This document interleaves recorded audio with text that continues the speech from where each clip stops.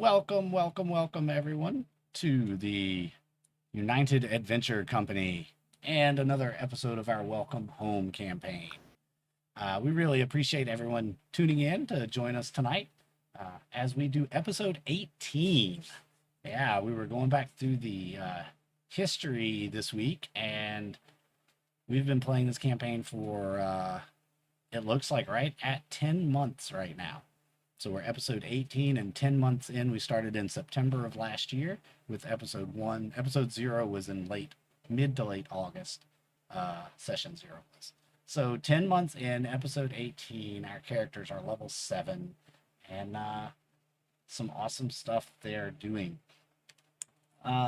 Couple of quick announcements on the channel. We are at 66 followers, I believe. And that is correct. We are growing every day, every week.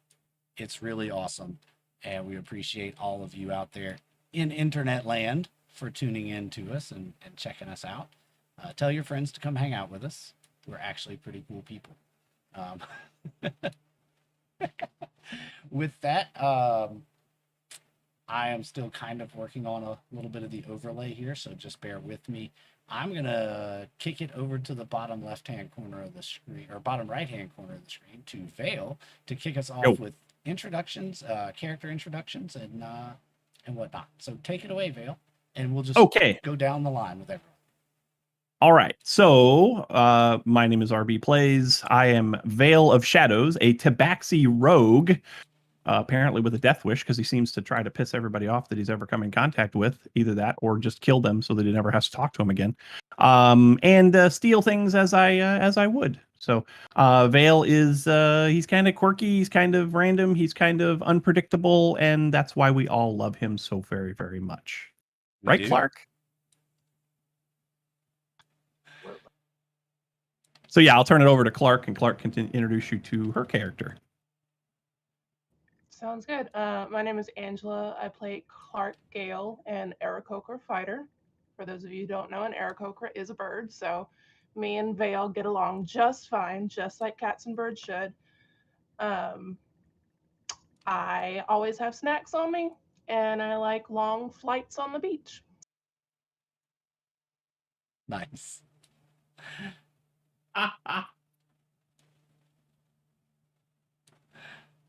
Is that me?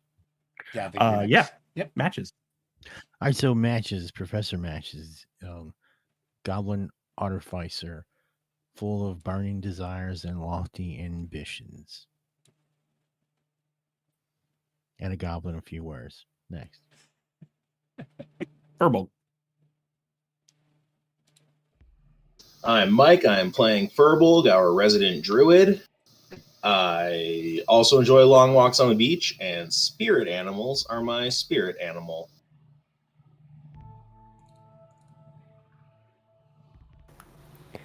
Hi, I'm Lindsay. I'm playing Brata, half-orc barbarian, and aspiring general. And she just got her first army to lead, so she's moving on up in the world.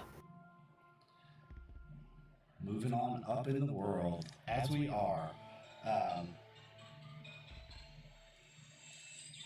I changed stations. Sorry about that.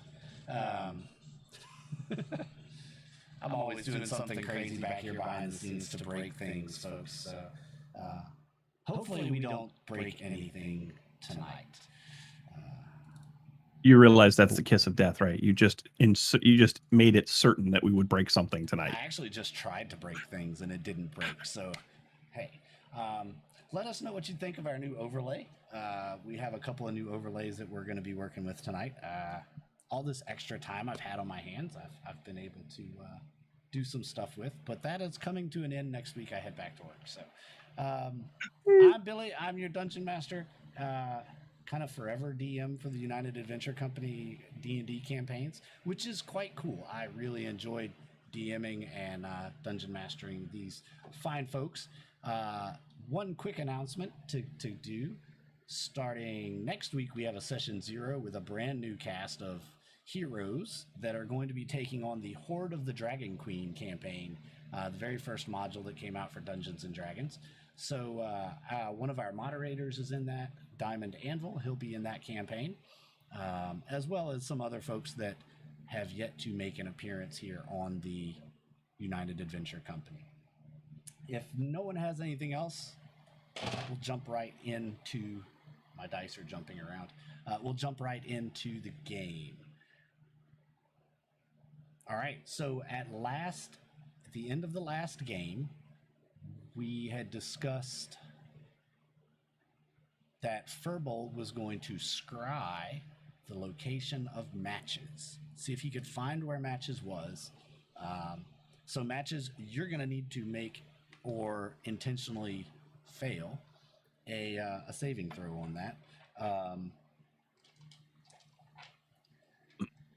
Well, if I remember correctly, Go ahead. if I remember correctly, I'm actually not that far, right? I'm like on overlooking the hill, walking towards the place. You may know that, Unless, but they do not. So you know where you are, but the other players do not know where you are. So they are trying to find you because they are making plans to do a thing. So Furbolg was going to scry your location. well, I don't see a reason to attempt to thwart it. And plus, I can't find my character sheet on here anywhere. Technically, you don't know it's me. Yeah, technically. Yeah. What do you mean you can't find your character sheet on Roll20? Yes. It says Gith Yankee Warrior, Naris the Bold, Wagon, and Wagon. Oh, wait a minute. I'm way down at the bottom. Okay. I was going to say, I see it. So, all right. So yeah, you see no reason I don't know to- why. Well, as a player, I don't know why I would have. Why? Oh, no, I'm not going. No. Scry away. Fantastic. So Furbolg, what you see through the scry is you see Matches standing on a hilltop overlooking a beach in one direction and loading on the beach, loading onto a ship that is docked. There's a group of people. From here you can't tell who they are, what they are, or even make out any insignia or flagging on the ship. As you kind of, I guess, look at the bigger, wider view, you see towards the north, in the not so far distance, a walled city. You recognize it as Cairn Gother, and Matches is only a short distance away, maybe not even half a day. So that's what you see. And it is first thing in the morning. You all did get a long rest. Yay. I know that was probably well needed. Matches, do you want to make your way to the city? Make it this way. Yes, I'm going to do whatever I need to do to make my way back to wherever the rendezvous location was supposed to be. Right. Well, you remember that originally it was supposed to be the beach, but from your understanding, Carnengother was quite a distance away from where the rendezvous point was set, and now you've been dropped off very, very close to Carnengother. And you do not, from where you are, either recognize the people on the beach, nor can you tell who they are with. All right, but not sticking to the plan is generally how things get screwed up. But I'll go ahead and make my way there. You're going to the beach or Carnengother? You're only a couple hours from Carnengother, and you're probably maybe 30 minutes walk down the hill to the beach. Okay, maybe I'm confused. Where are they at? Technically, you don't know where they are, but you know that you're not All where right. you said you were supposed to meet. Well, that's what I'm saying. I'm going to go where I'm supposed to go.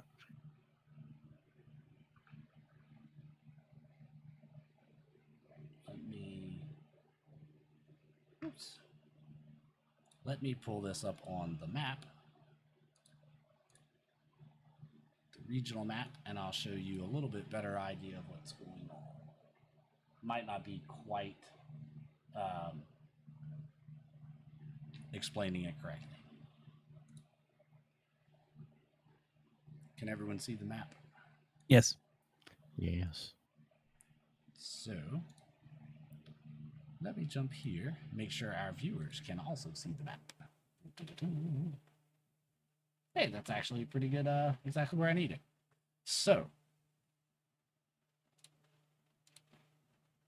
you are,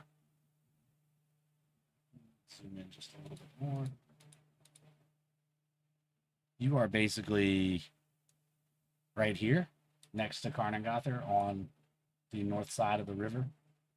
Your rendezvous point with the group was supposed to be somewhere over here, several days walking away down the coast. So you know that you're not anywhere near where you were supposed to meet.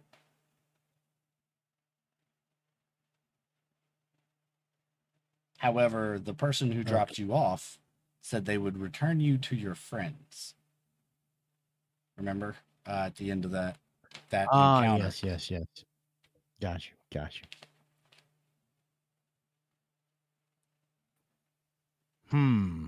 So you could either investigate the ship and see if they're your friends, or you can ride on into or walk on into Karnagother.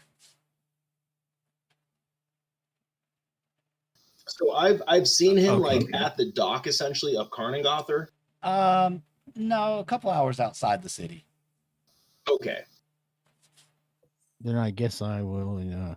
I'll look around. I mean, if I'll investigate the ship. Is that the ship that we were on? Like, do I recognize it as our ship, the one I left from?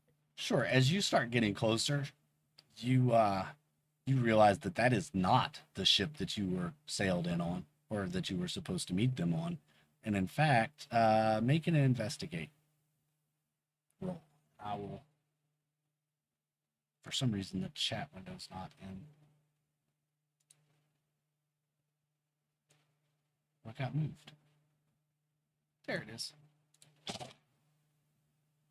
I'm not going to be able to put that there.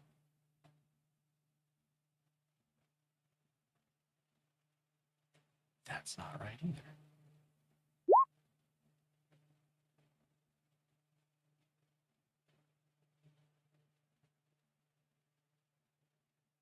I'll give you the advantage on it because you're being sneakily attracting there. You realize these are not at all your friends. In fact, these look to be folks from the Order of the Sacred Grove. Kill them. Kill them all. I'm not there. Do they look like they're arriving or leaving? They look like they're leaving.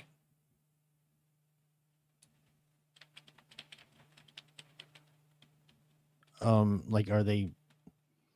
Is the captain shouting orders and people doing things like that? Can I get close enough to try to hear what they're saying? I want to try to get an idea of what they're doing. Basically, where they're going. Yeah, you can roll a stealth. Let's see. That still didn't fix it. Doggone it. I know why it didn't fix it. See, I already broke something. I told you before the stream even started. You said it, and then it happened. Tried to warn you. Yes, you did. That's okay.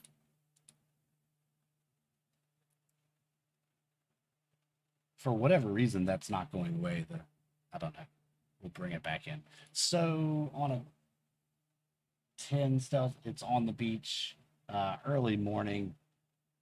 They're not really paying that close of attention to things. Yeah, in fact, they're completely oblivious to you. So you actually catch up and find a nice little sand dune to hide behind, and you watch what they're doing, and it looks like they're just loading up supplies and armaments. It looks like a lot of them are bruised and bloodied. This could have been an assault team or something coming back from an attack.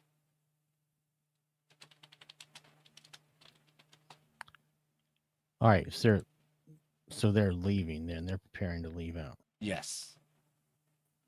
All right, well then, if something did happen to them, I'm sure that maybe they were in town resupplying or something. So I'll go to what I feel is the most obvious place for travelers to come and go through and see if I can pick up on any conversation specifically about the Order of the Sacred Grove being in this area in such large numbers.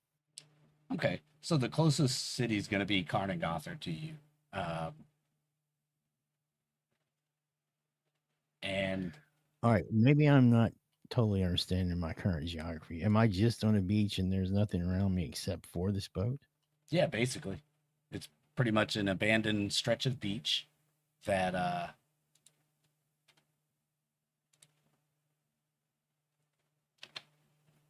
right. is here very near Karnagother, and it appears that the Order of the Sacred Grove is bailing out from somewhere.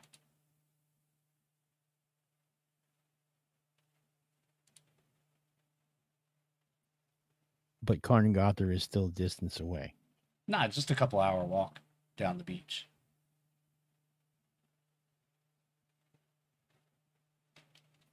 All right, so she just literally dropped me off in the middle of nowhere.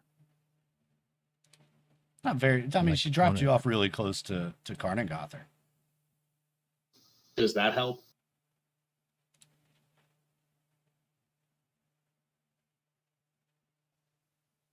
No, I see where I'm at. I'm just trying to visualize it for myself right now. I don't know. This is obviously not them. She said she was going to drop me, bring me back to my companions. So I assume I'm just going to. She either lied or she screwed up her own magic.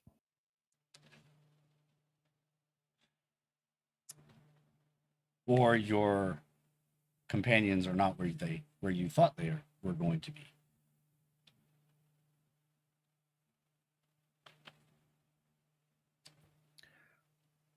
Yeah. So the best bet is if.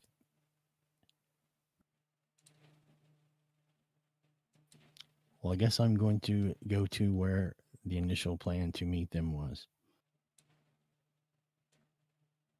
That's walking along the beach, right? Yeah, for about 3 to 4 days.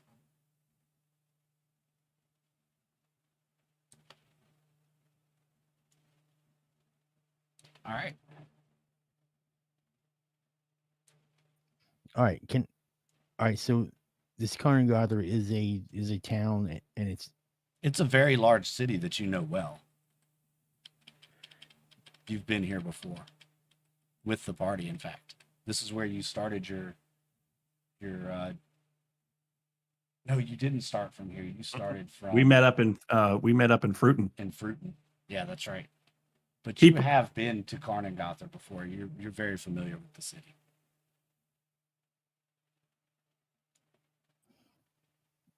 and it's on the other side of this river. I mean, I can see it. Yeah. All right. Well, that's where the confusion was for me. Sorry. Thought I was being clear. Perhaps Oh, I you was probably not. were. No, you probably were. Then I guess I'll go towards Karnagother. There's got to be a reason why she put me off here. I fixed the map. I fixed the overlay. All right. So you head on into Karnagother. And as you walk in the gates, you notice a very high level of security has been set up. And in fact, you get through the first gate into the city, through the little guardhouse. They recognize you. You've been here before and done trading here before. And when you get to the second one, they actually stop you, and there's a Githyanki warrior with the town guard, and they stop you and ask your business. Please state your business. Who are you? Why are you coming here? You know, that whole stuff. After you, Is it like a Githyanki that I would recall like Brata having? you would assume, yes. I think you would assume that. So then she must at least be somewhere around here. So do you name drop Brata? I'll ask the Githyanki, who is your commanding officer? And he responds with my direct you speak Githyanki, right? Do you say it in common or Githyanki? Yes. I'll say it in Githyanki. Okay. Yes, whatever. So you ask him in Gith who his commander is, and he responds with the commander of the watch is Tevin, and you recognize the name Tevin as one of the Gith that are in command at Brata's beck and call, basically.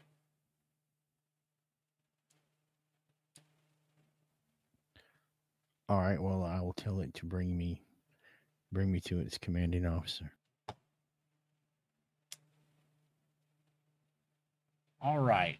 So he summons over another of this town guard and another Githyanki. He tells them, and the Githyanki strikes out on a run. Basically, he runs down the road and into the gates here, which you would know is into the temple district. And a couple minutes later, a couple of Githyanki come out, and you recognize Tevin because you've been with him before on the ship. And Tevin comes out. He says, "Oh, I know you. Yeah, he's good. He's good." And lets you in. Says, "I guess you need to meet up with your group, eh?" Yes. Very well. They are all assembled. And I will let you guys tell me where you are. I guess you stayed in the inn the night before, or did you stay with Marshal Impulfer?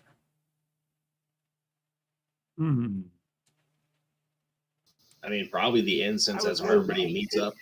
Okay. So he'll tell you that they're at the Rusty Chalice, and just they should be there. And you know the Rusty Chalice. Yes.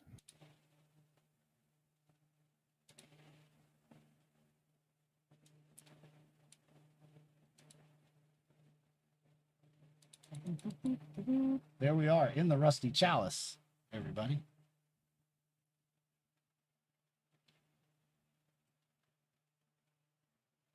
Yeah, that's the Rusty Chalice. Make sure I have the right tavern up there. Yeah, that's it. It is. And you all can place yourselves wherever, or just be descriptive. I don't really care either way. Right now, you're all in the back room where you had the super secret meeting, but Nope. Seeing as it's the next day, I imagine we didn't sleep in that room. I guess we yes, could have, but you could have, we didn't. but you didn't. Right. And he's not there, or she's not there, and Brigham's not there. All right. And then Matches comes in, and I guess, is anybody kind of paying attention to the door? Matches, what do you do when you walk in? Vale's always paying attention. All right. I mean, I will look around to see if I see my companions. Yep, Clark, you see Matches walk in. Vale, you see Matches walk in. Do I see Matches walk in? And Matches, Yes. you see your companions all sitting at the bar. Why is Josh still here? He's dead. Yes. Yes, he is. Well, you know, Josh could be there because I do have his skull. Oh, that's true. You do have his skull. Actually, that's probably buried out in an anthill somewhere. So Depends on what stage we're in the cleaning process. all right, so Matches is there, finally regaining the group, and let y'all take that away for a minute. Well, I'll go sit at this bar stool if it's empty. Looks to be empty. Hang on, roll 20 just freaking crashed on me. Oh no. See, hey, roll 20. Good job. Well, I'll greet Matches then.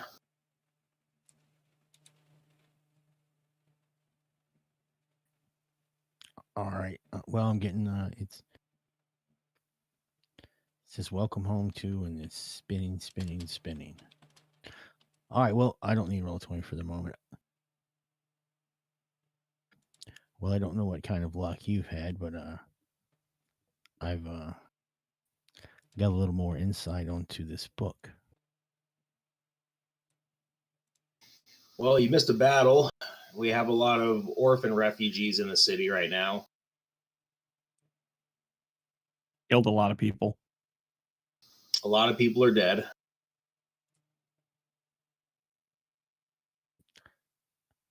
Well, as long as you were able to sate your thirst for vengeance and save what you could, right? Oh no, I have a thirst for a lot more vengeance than what we were able to deal out. I wasn't even there. I just showed up later and found this ruin. The sacred grove has wiped out the entirety of the orphanages for Quran, and we intend to do something about it. Yes. Yes, Well, we if do. you hurry, you can likely still catch a whole boatload of them on the other side of the river. Come Really? again?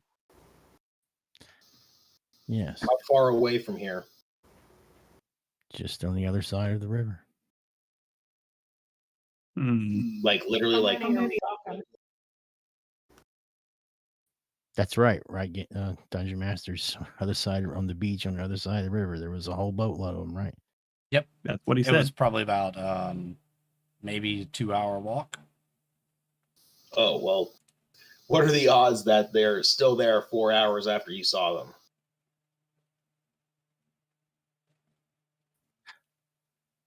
I wouldn't know, but they were there. Vale stands up and starts walking towards the door. Hang on, I will physically pull him back into his Just bar scruff stool. him. Yeah. First of all, you don't make the plans. You did Plan? it before, and you Plan? don't make Who it said I had a now. plan? That's why I sat you the hell down. Okay, I am going to.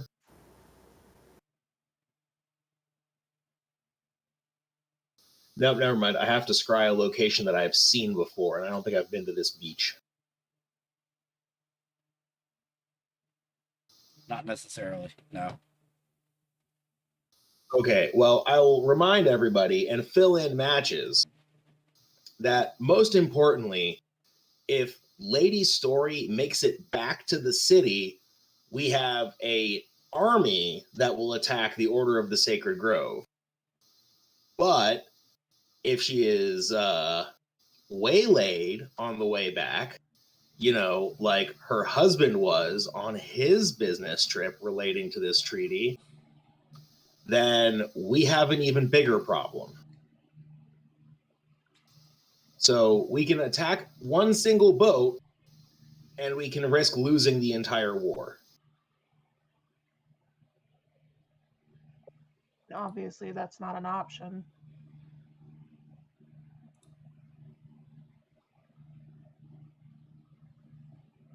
Matches, did it look like these troops were coming or going? Well, they appeared to be preparing to leave. Hmm. Weren't we going to go and try to meet Lady Story on her way back into town and help her to get back to town? That was the plan. Yes. What if we're too late? What if that's why they were here? We need to wrap up here and strike out then to see what we find, right? I don't know what there is to wrap up. I'm ready. Let's go. I'm ready to go. I just need to rally Neris and speak with him about what we are doing so that he knows how to direct the Githyanki that are going to stay here and help guard the city.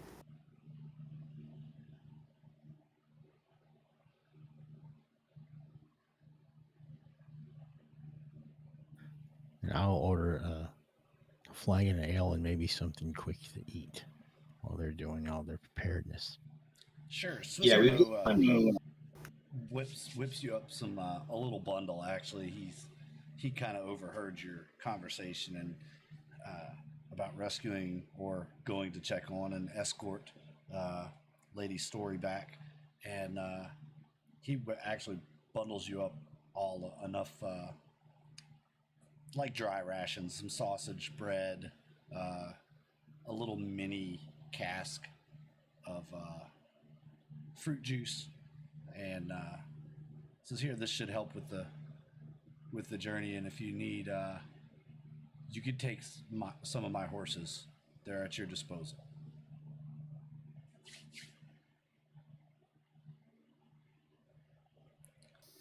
Okay. Thank you very much. So, Brata, you speak with Neris, tell him what's going on. Are you going to ask him to go with you, or I just need to know if he's going with you? Yes, I'm gonna ask him to come with us and put Tevin in charge of the rest of the Githyanki contingent, and they will stay and watch the city. So Neris is coming with us. All the other Gith are going to stay at Karangother. Fair enough. And he says that's already the plan. So he already had placed Neris in charge and of the guards basically. Mm-hmm. And Neris and Brigham, the captain of the guard here in Karnagother, worked out a communication plan so that they can communicate with each other. Mm-hmm. And they are prepared to do what they have to do. So you feel safe in leaving. Okay.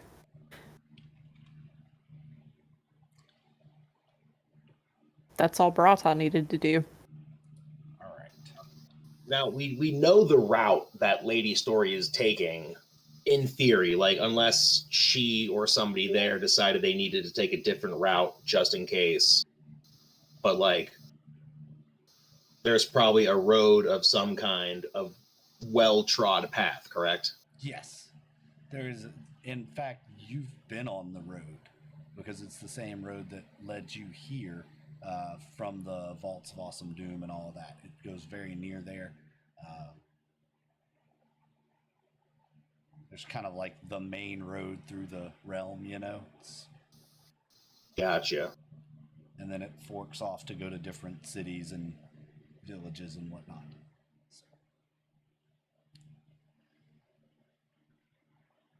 Okay. Then I guess we get the horses and we know where we're going, unless somebody needs to stop at the bathroom before we go. What trees are for? Let's go. All right. You strike out, and if I remember, she was about 2 days away at the last session before you went to Yeah. bed. Yeah. Okay. And assuming she's traveling through the night, we'll put her about a day and a half out from the city. Does it sound about right to you guys? Sure. Yeah. Yeah. All right. I imagine Yep. she's traveling at night and sleeping during the day because, vampire and all that. It's quite possible. we should do essentially the opposite of that, figuring that we need to move and be there if she's asleep, and that if she's awake, she can handle about as well as she could any other time, any danger.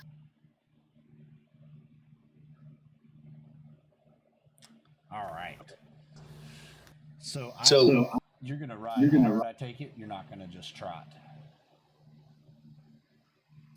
if we ride hard, we don't have any way of refreshing the horses for real. I mean, unless you want to call good berries refreshing the horses.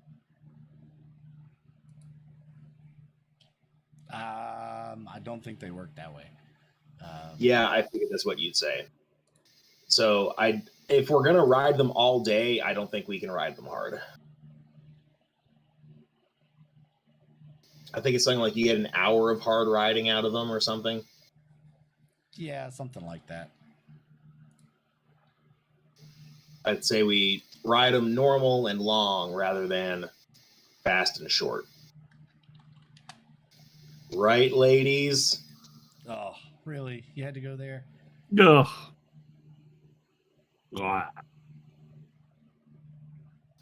Did have to go there.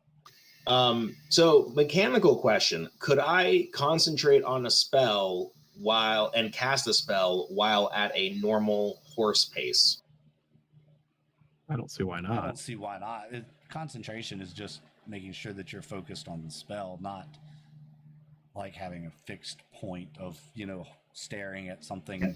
Yeah, gotcha. Just want to check. Then every hour that the sun is up, I'm going to scry Lady Story. Fair enough.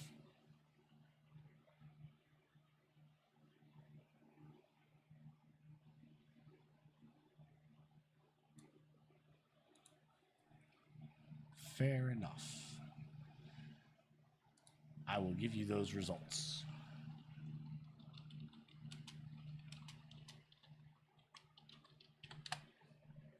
And your first couple of scries, and it looks like she's still traveling. The sun isn't fully up yet. You all got up very early, and about the time you see the sun breaking, you check one more time, and sure enough, just as you all assumed, her caravan has stopped, and you see that she is basically bedding down for the day, if you would. She does have curtains and whatnot on the carriage, but she's not taking any chances. She has a heavy guard with her. There are 6 heavily armed soldiers with her, and the stagecoach driver and his shotgun man. So there are a total of 8 others with her. So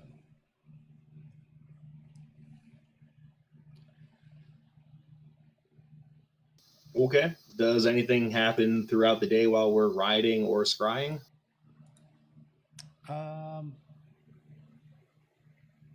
Given the information that Matches has shared with you, is anyone going to be looking for signs of troop movements or anything like that while you're on this road? Absolutely. So you can roll an investigate as you're traveling, and I'll let you know if you see anything.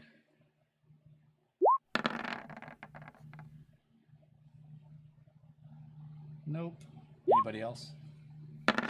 16. Ooh, crit fail. Angela's just. Are you on a horse, or are you? I'm assuming the horses can move faster than I can fly. I don't know what's the like trotting speed of a horse. They have a base movement of 60 feet, so.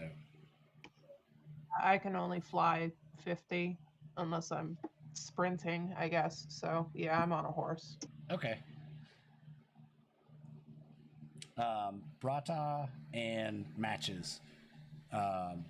You both see heavy wagon tracks, horse tracks crossing the road about half a day into the journey, and a lot of footprints they go off through the grass, and you can see the grass across the hills is just kind of beaten down.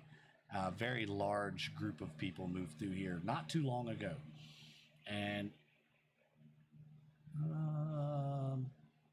yeah, I mean they're the way the grass is bent down and everything. With the 15, the 16, and the 18, I'll give it. You can tell they're headed towards the beach. So this is probably the direction they came from, and you are probably about. Oops, it helps if I click the select button. Probably right about there. You've actually made it about half a day's travel. We're still looking at the inn. Yeah. Oh, my bad. I thought I moved maps for y'all too. I'm so sorry. We're still in the inn.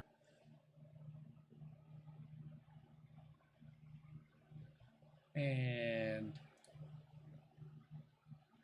let's do this then. Let's go back to the map. Map time. Oh, I see the problem. I have the wrong I have the wrong windows selected for. Oh well, that's all right. We'll make it work. We'll Tim gun it, right? Mm-hmm. Sure. Oh, I'm gonna have to switch those eventually though. So y'all are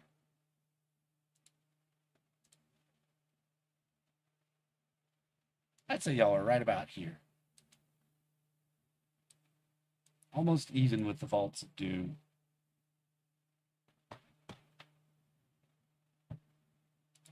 The road kind of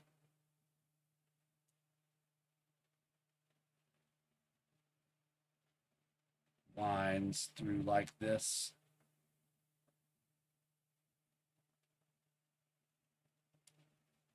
And branches off as such to different places. Does that make sense? So y'all are right about there. Yeah. You like my artsy fartsy road? Mm-hmm. It's great. So you see that, and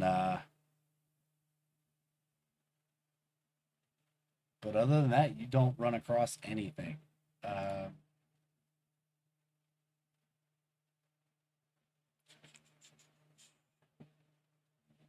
As you get close to the end of the day, however, you arrive in a small clearing. And just as the sun is kind of getting long behind the trees, and casting some of those long shadows just before dusk, and off to the side of the clearing, you see a carriage, and you all recognize the carriage. It has the insignia of the house story on it, and it is a very unique looking carriage. The horses are still tethered to the harness. However, there's no driver, no guards, and the carriage door is open. If you approach the carriage, it is empty inside. And nothing was amiss the last time I scryed on him? Nope. Whatever has No happened signs has happened of in the fight? last hour. So, No signs of a fight or anything? make an investigation check. I'm loving my investigation checks today, y'all. A 9. Nope. Nope.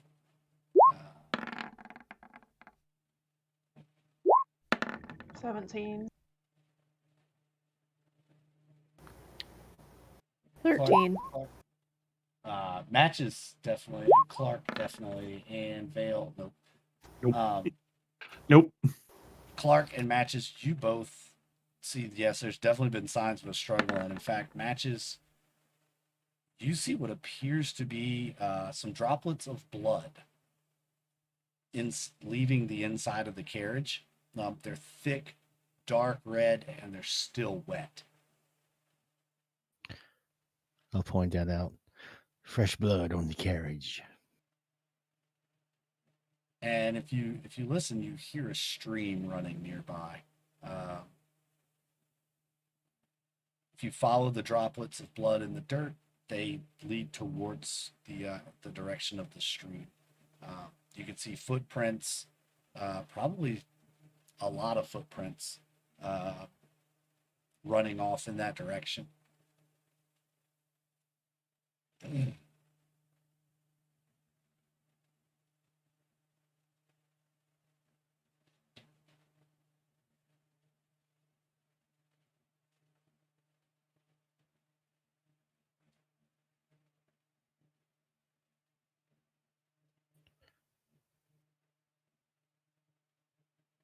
Okay, so we know that they are an hour or less away. We know what rough direction they're in, right?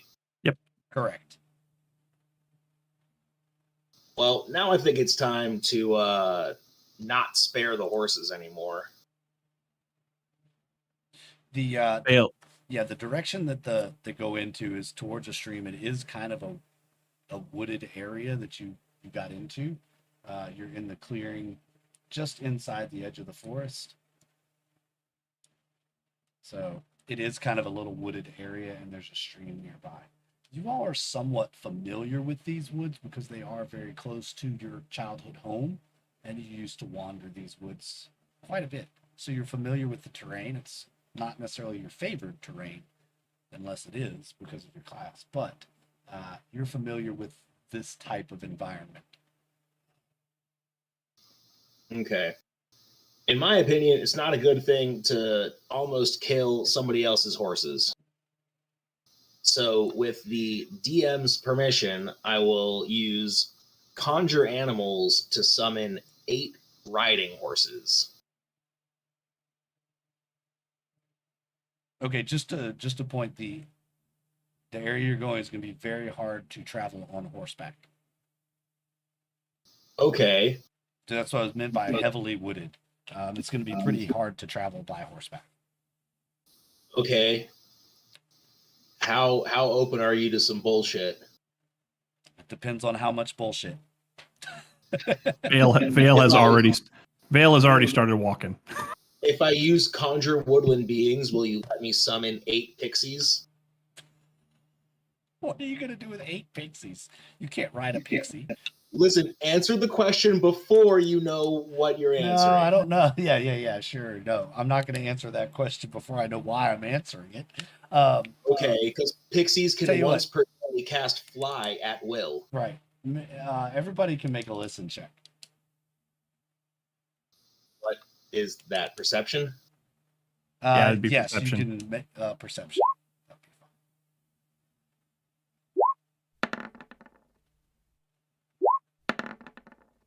Womp womp. I'm rolling like garbage today.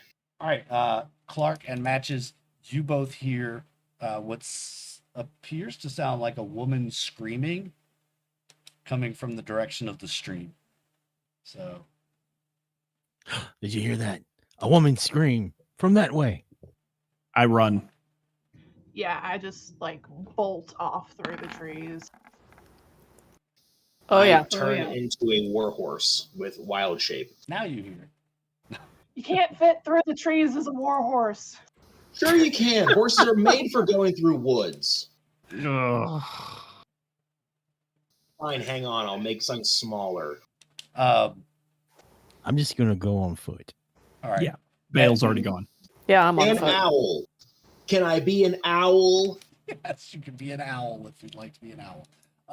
Okay. Use those druid powers, buddy. As you approach the stream, you get to the stream and you haven't reached the body, but it's probably only 150, 200 yards from the carriage. You haven't reached anybody yet, but as you get to the stream, you see there's a guard laying face down in the stream with a if you check him, he has a single sword attack to the chest. The body of what is left to believe his assailant, as they are dressed quite differently, is on the ground next to him. His body is gray and lifeless. His chest ripped open. The leather armor which he wore beneath his tunic is ripped from what appears to be a very vicious attack. Mm. Well, I'm going to keep flying, and if I keep dashing, I've got 120 foot speed. Okay. Is anybody gonna check anything here? Or you gonna keep moving? Dead body, keep moving. Keep moving, but at the same yes. time as I keep moving, Vale calls out, "Lady Story." All right. You know, if we can still listen to things, speaking of, I'd like to take a perception at advantage for listening. Yeah, you can listen. Yeah, you can. You're actively trying to hear out things. Everybody can listen with advantage. Perception with advantage. It's fine. I think the owl gets advantage anyway, right? Yeah, owls have advantage on hearing-based perception. So I got a 26.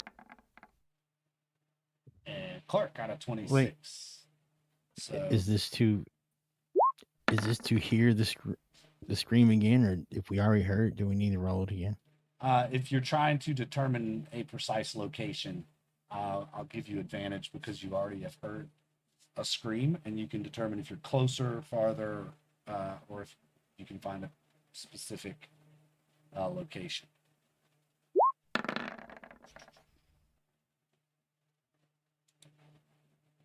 Might be over there. I don't know.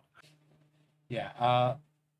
Furbolg and Clark, you kind of hone in on it. You know that she's probably 50 yards ahead of you, just beyond that stand of trees on the other side of the stream. And now you can actually hear some male voices as well. You can't make out quite what they're saying, but you can hear them. And as the rest of you start running, I take it you're going to continue running. I hate to assume that what you're doing. So you do pass several other bodies on the ground in the direction that you're going. Some you recognize actually as soldiers from the House Story guard detail. They're personal guards of Lady Story. Others are damaged beyond recognition. You pass 2 dead men and 3 dead women. All 3 of the women are from Clan Story. I keep moving. All right, you step into or fly into or above a clearing. Just beyond the stand of trees, there's a very small clearing. Oh God, which map is it? I forgot. Oh, there it is. What's that map? Where you see Lady Story surrounded by 4 individuals. Her personal guard, the only man left standing, basically between her and her assailants. Lady Story's the cartoon one. That's Yeah. Lady Story right there, yeah. The one with the white Cool. background.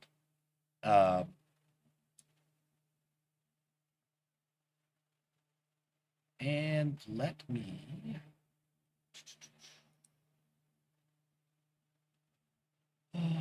Have we been noticed yet? That's what I was about to roll for.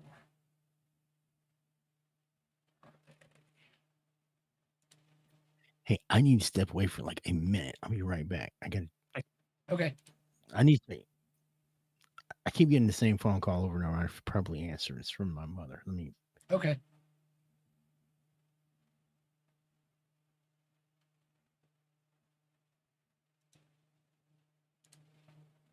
Oh, I need to set this to whisper.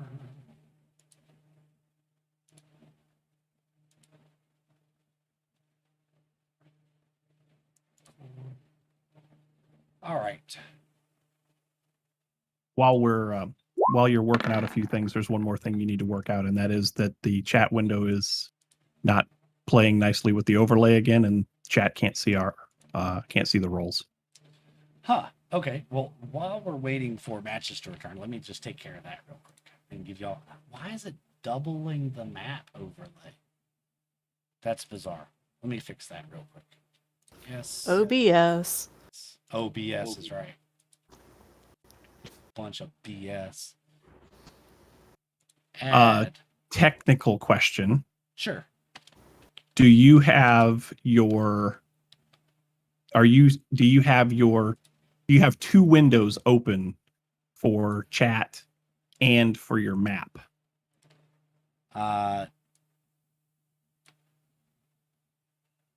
That should be the right one. Yes, I have Okay. separate window open for the GM view Okay. and for the map view, so that the chat sees what you all see, and you all Okay. can't see what I see as the GM on the stream. So no funny business there, Mister. Well, except that we can see your screen when you change from one map to another. Right now you can. Okay. Just clarifying. I'm just gonna test that right now and make sure that you still cannot. You should not be able to see that now. Looks normal now. Yeah. The dice roller area is still black, but Yeah, I've got to capture that one. Okay. And also, if you change the size of a screen at any time, it's going Yeah. to change the size that it captures in OBS. So got to watch out for that. That's why I'm trying not to do that at all. Mhm. That's why I have 3 monitors and I think we need to make a streaming D&D on Twitch bingo card. Yes. I like it. yeah. I like it. OBS messed up. Roll20 messed up. Technical difficulties. The I've DM already- messed up.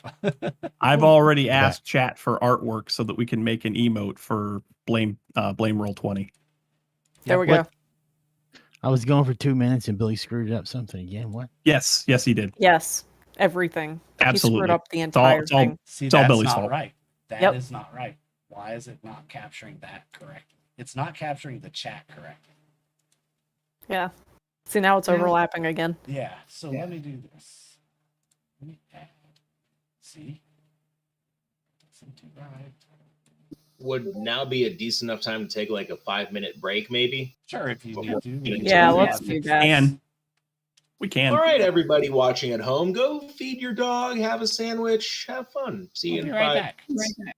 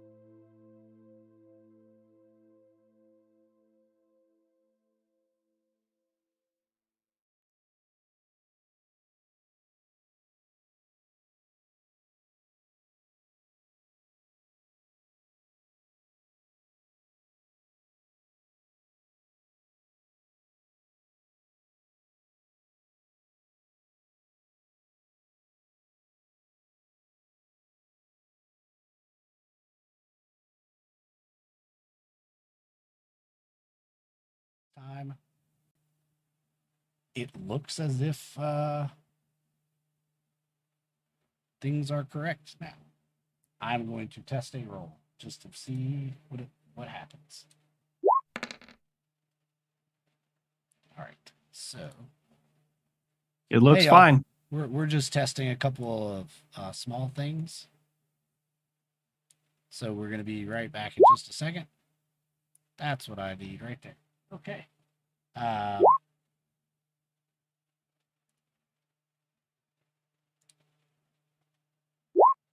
There we go. I think I've got it fixed. Don't waste It all looks- those.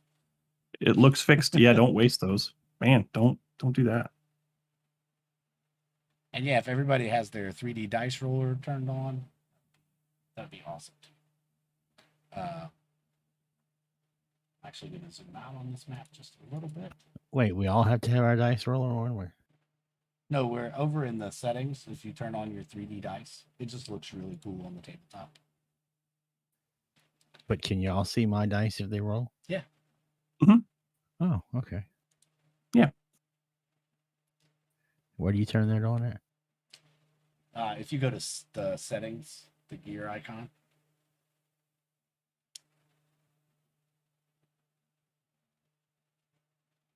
should be one for that. Should be in the check mark boxes under master volume level. It got should be the 1, 2, 3, 4, fifth one Yeah, I down, got. and also automatically roll 3D dice.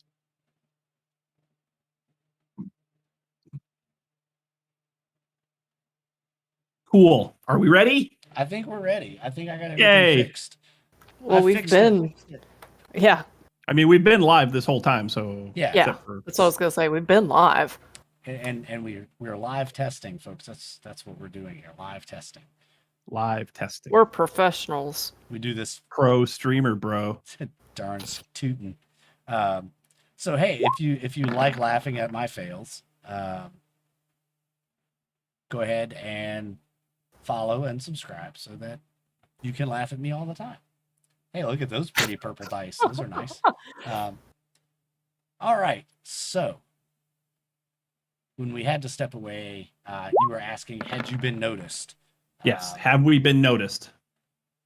And their attention is solely focused. As much noise as y'all were making, they are solely focused on Lady Story and her guard. In fact, who's our spell? Furbolg and Matches can make an Arcana check if you want. As soon as you get in, you hear one of the guys chanting. I got an 18. And Furbolg got an 18. And I got 20. you got a 20. So, yeah, you both recognize this spell as Turn Undead. And they have got Lady Story backed into a corner where she cannot go any further from them. And with all her might, she is trying to get away. This is the individual that is casting that spell. She cannot go any further. She cannot retreat or move in any direction away from them. And Can go ahead. can visually can Vale see this person trying to cast a spell or anything like that? Is there anything that would make that person stand out to Vale? As alert as thanks for Vale that. is trying to be. Yeah, you would see that they are actually holding a cross in one hand and chanting. So we are not in initiative order right now, right? Nope. You guys Okay. actually have a surprise round on them because they are Okay. so focused on her. Vale is going to Right. move up 20 feet and level his crossbow at the priest guy and take a shot. Oops. Yeah, that should be right. So 25 to hit, That should hit. Let's just 9 make damage. sure. Let's just make sure I have the right character sheet pulled up for them so I can start tracking this stuff. Where did you go? Is that your arrow bolt? What is that? And that's Furbolg drawing a Oh. line for some reason. Oh, that's Brata. Oh, that's That Prada? was me. I'm trying to figure Oh. out how to remove it. You Oh, can tell okay. by the color. Oh, okay. So yeah, 25 to hit, 9 damage. Most important question is, do I get sneak attack damage? They're not engaged with within 5 feet with a friendly, so isn't that the requirement? That's part of the requirement. But yeah, you're not wrong. Was there another part that might lend you sneak attack damage? It I mean, has advantage. Yeah, did I technically have advantage? Yes, you would have had advantage. Okay, well, I'm not going to take it. Well, yes, I will take advantage just in 'Cause it's case I get a surprise crit. round. Yeah, take Just in case I get a crit. Sure. We'll just roll a d20. Oh, Yeah, so close. first roll was better. So You said 9 damage? 9 damage plus, since I do get sneak attack, there will be 4d6 incoming for sneak attack. Or no, Well, you would not get sneak What? attack. if I have advantage, I get sneak attack. Oh, okay. Go ahead then. Yes. Why did it roll so many dice?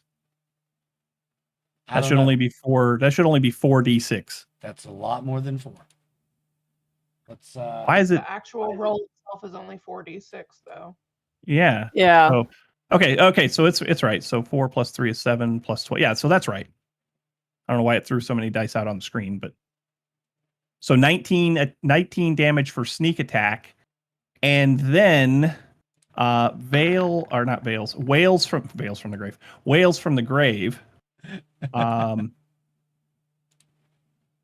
So I can target a second creature that I can see within 30 feet of the first creature, and roll half that number of sneak attack damage, or roll half the sneak attack dice and get damage on the second person.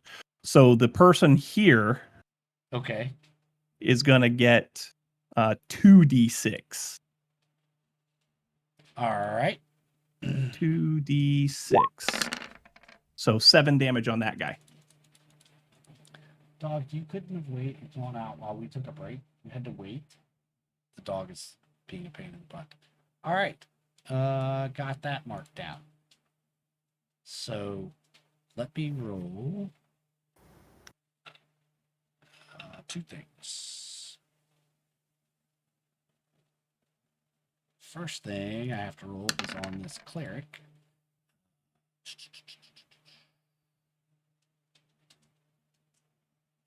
Which is going to be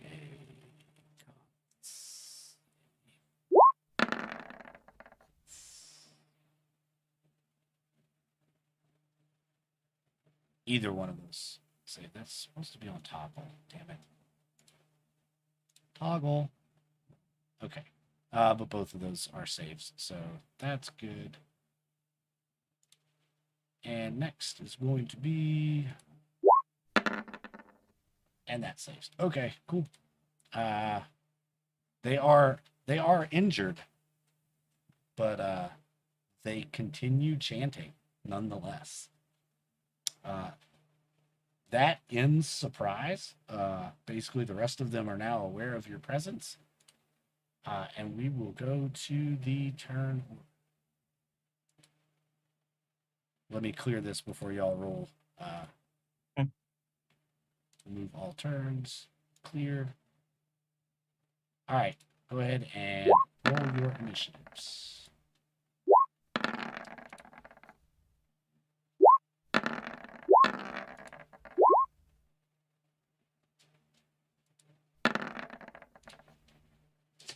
Got a real logjam on me. Where'd you go? There you are.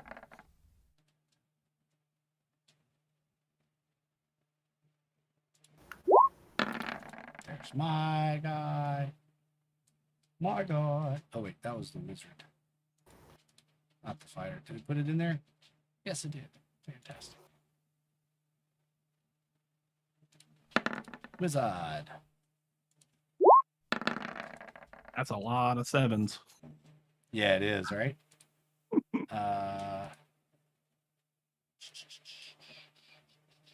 There you are.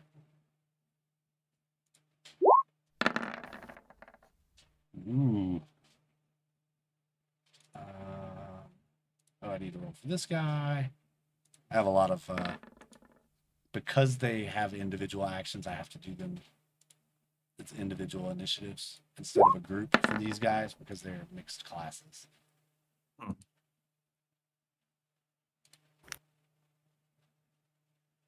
All right. And then the only other, I guess I need to roll for these two values as well. I didn't change this guy's name, so apologies, but where is his initiative? Actions. He's actually set up as a NPC. Here it is. And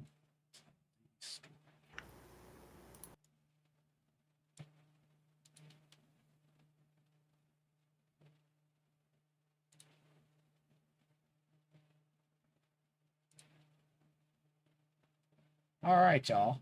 Fight time, huh? Fight time. You want to get the sevens in order since there are Yeah, three let of me us. I think do- it'll be Veil, then me, then Furbolg.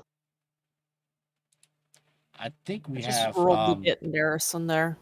I think we have There it is. tiebreakers on. So It doesn't look like it because my So- dex No, is they just- 19. Hang on, Yeah. I'll fix it. I got it. I can do this. Let's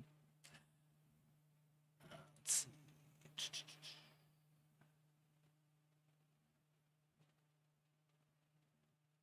That should, let's see. How many sevens do we have? One, Clark, Vale, Furbolg, right?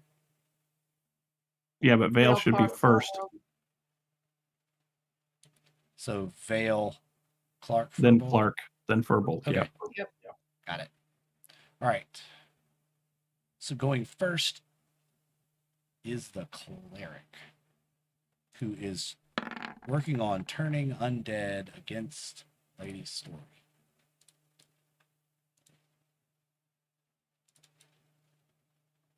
Dag nabbit, come here, cleric. There you are.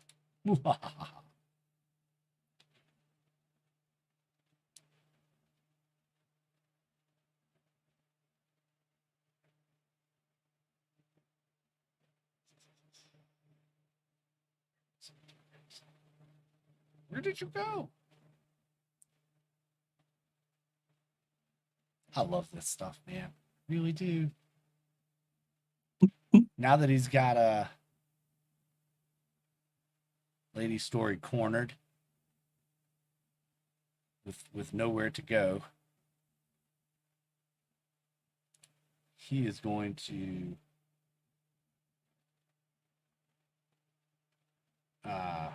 he's going to move right here and go against this guy with the mace. Wizard, player, there it is. GM, I have a question. Yes. This is Lady Story. Yes. This is her guard, Correct. Mhm. and the other four are enemies. That is correct. Okay, I was just making sure I knew who was who. Sorry, I didn't. Thanks. The tokens are default colored, and I didn't get a chance to change the token colors. Typically, we have red for good or bad guys and green for good guys. So he hits and nice smackaroony. Not that it really hurts him much. Next is going to be Neris. It will appear. Go get him, Neris. Yep. Neris the Bold. All right. I'm not as familiar with Neris's character sheet. All right. 20-foot radius. All right, let's see here. He's gonna cast Fireball, and I just have to Burn line it up. down.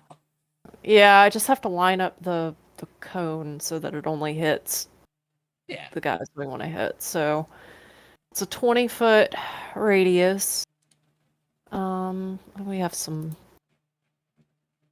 I thought we had some. Okay, there they are. The Yeah, we template do have area some that templates. affects. All right, circle. 20 foot. Ooh, there's something. Let's see. All right. So that's where Neris is going to hit the fireball. And Wow. And it just missed Veil too, huh? Mm-hmm. I don't know that anybody would have been too upset about it hitting Vale. No offense. None taken. All right. Well, if I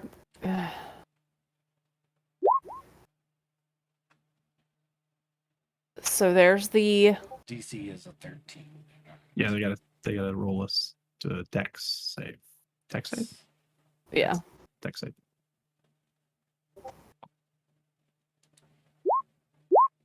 Um,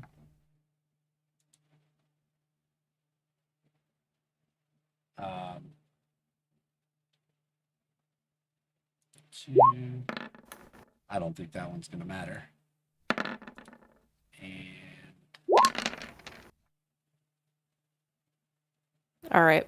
Well, there's the 8d6. up. So 2 fails and a save. All right, 2 fails and a save.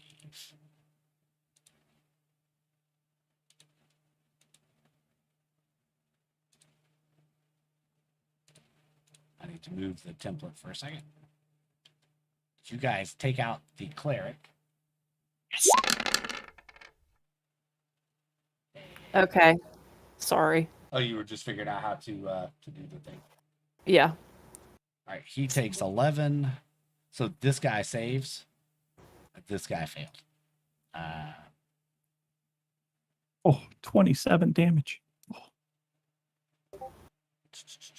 11. Good thing he saved. Good.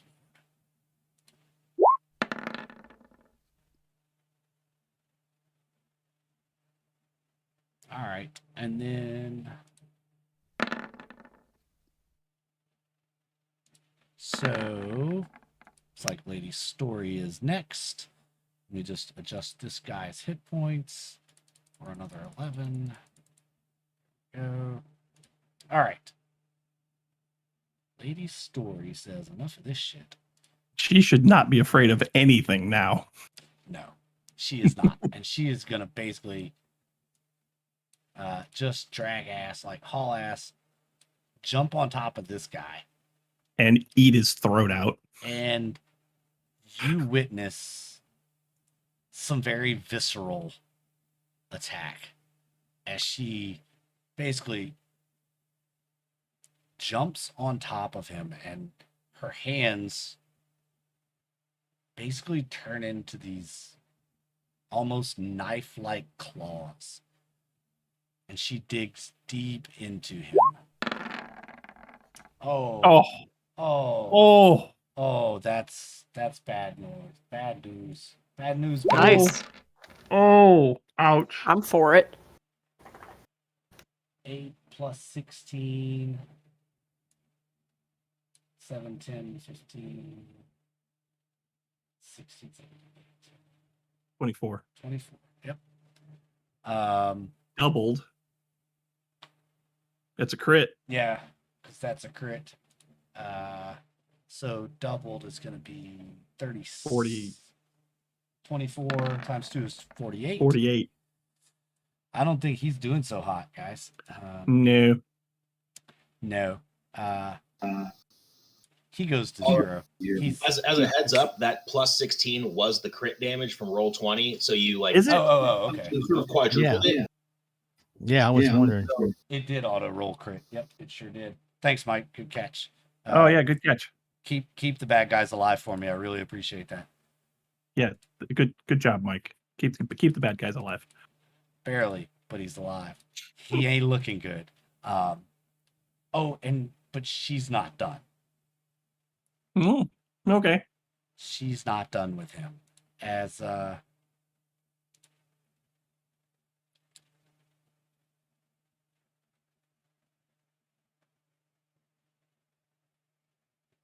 and she will take a legendary action.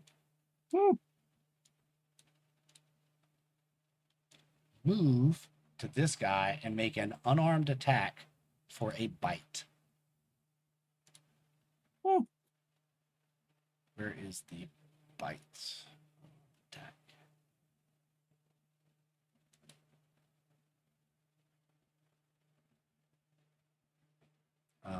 Where is it? I'll just roll a strength roll to just because I don't see the unarmed attack in here.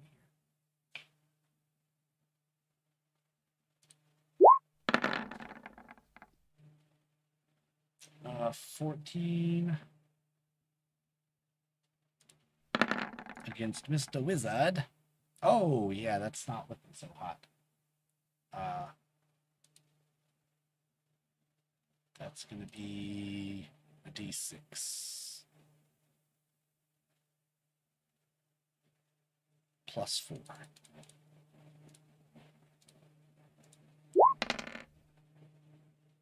Is 6 damage. All right. Lady Story takes a chomp on this guy as her fangs come out. She latches them into his throat. He screams in pain and starts to cry a little. And it will be Brata's turn. All right. So the first thing Brata's going to do is she's going to move, let's see here, 40 feet, which is her movement now. So she's going to move here.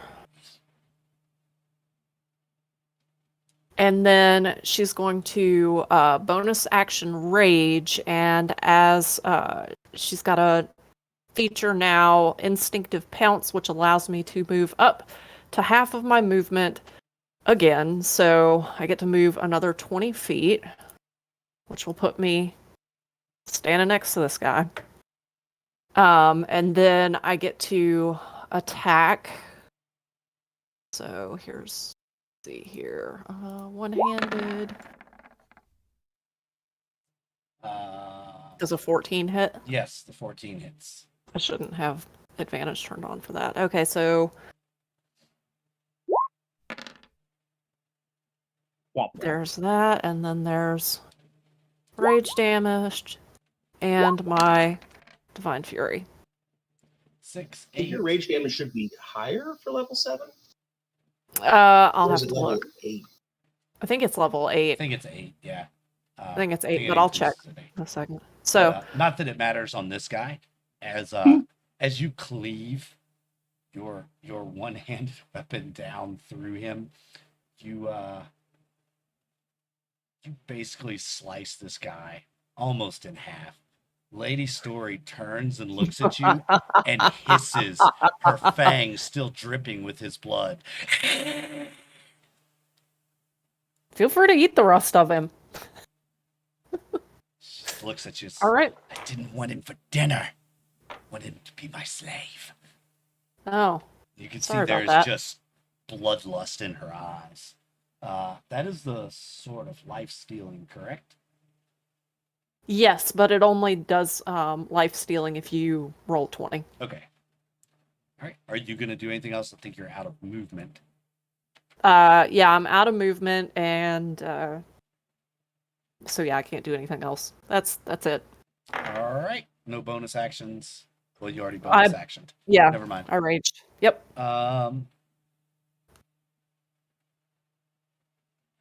Which one is that? I guess that's this guy? Yeah, I think that's this guy. Seeing that he is and his friend are probably the next two items on the menu for Lady Story, he's gonna surrender, basically. He's gonna lay down his weapons and, please, I have a family. Please just let me go. I promise. Won't tell anybody just let me go. And that's what he's gonna do for his action. Matches, it's on you. Which one said that? I'm gonna put a token over him. So we know that guy. He has his Oh, hands up. good. All right, I'm going to move to there. My plan is my plan is after I make my attack to have partial cover behind that tree. All right. And in the heat of the battle, I really didn't quite understand what that guy said, but he's made himself the perfect target by holding his hands up that way. Nice.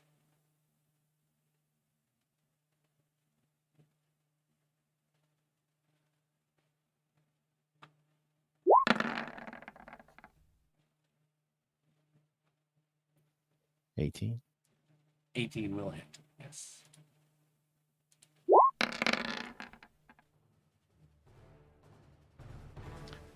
There you go. 11. I totally forgot to start the fight music. Let me know if it's Aw. too loud out there, chat. I did just start it, but let me know if it's too loud. I'll turn it down just a little bit. And how much damage? And then, 11. yes, I'll go and use my bonus action to summon the cannon, although I have a feeling I'm not going to need it. Whipping out the cannon, eh? All right. That is... Wizard's dead. Cleric's dead.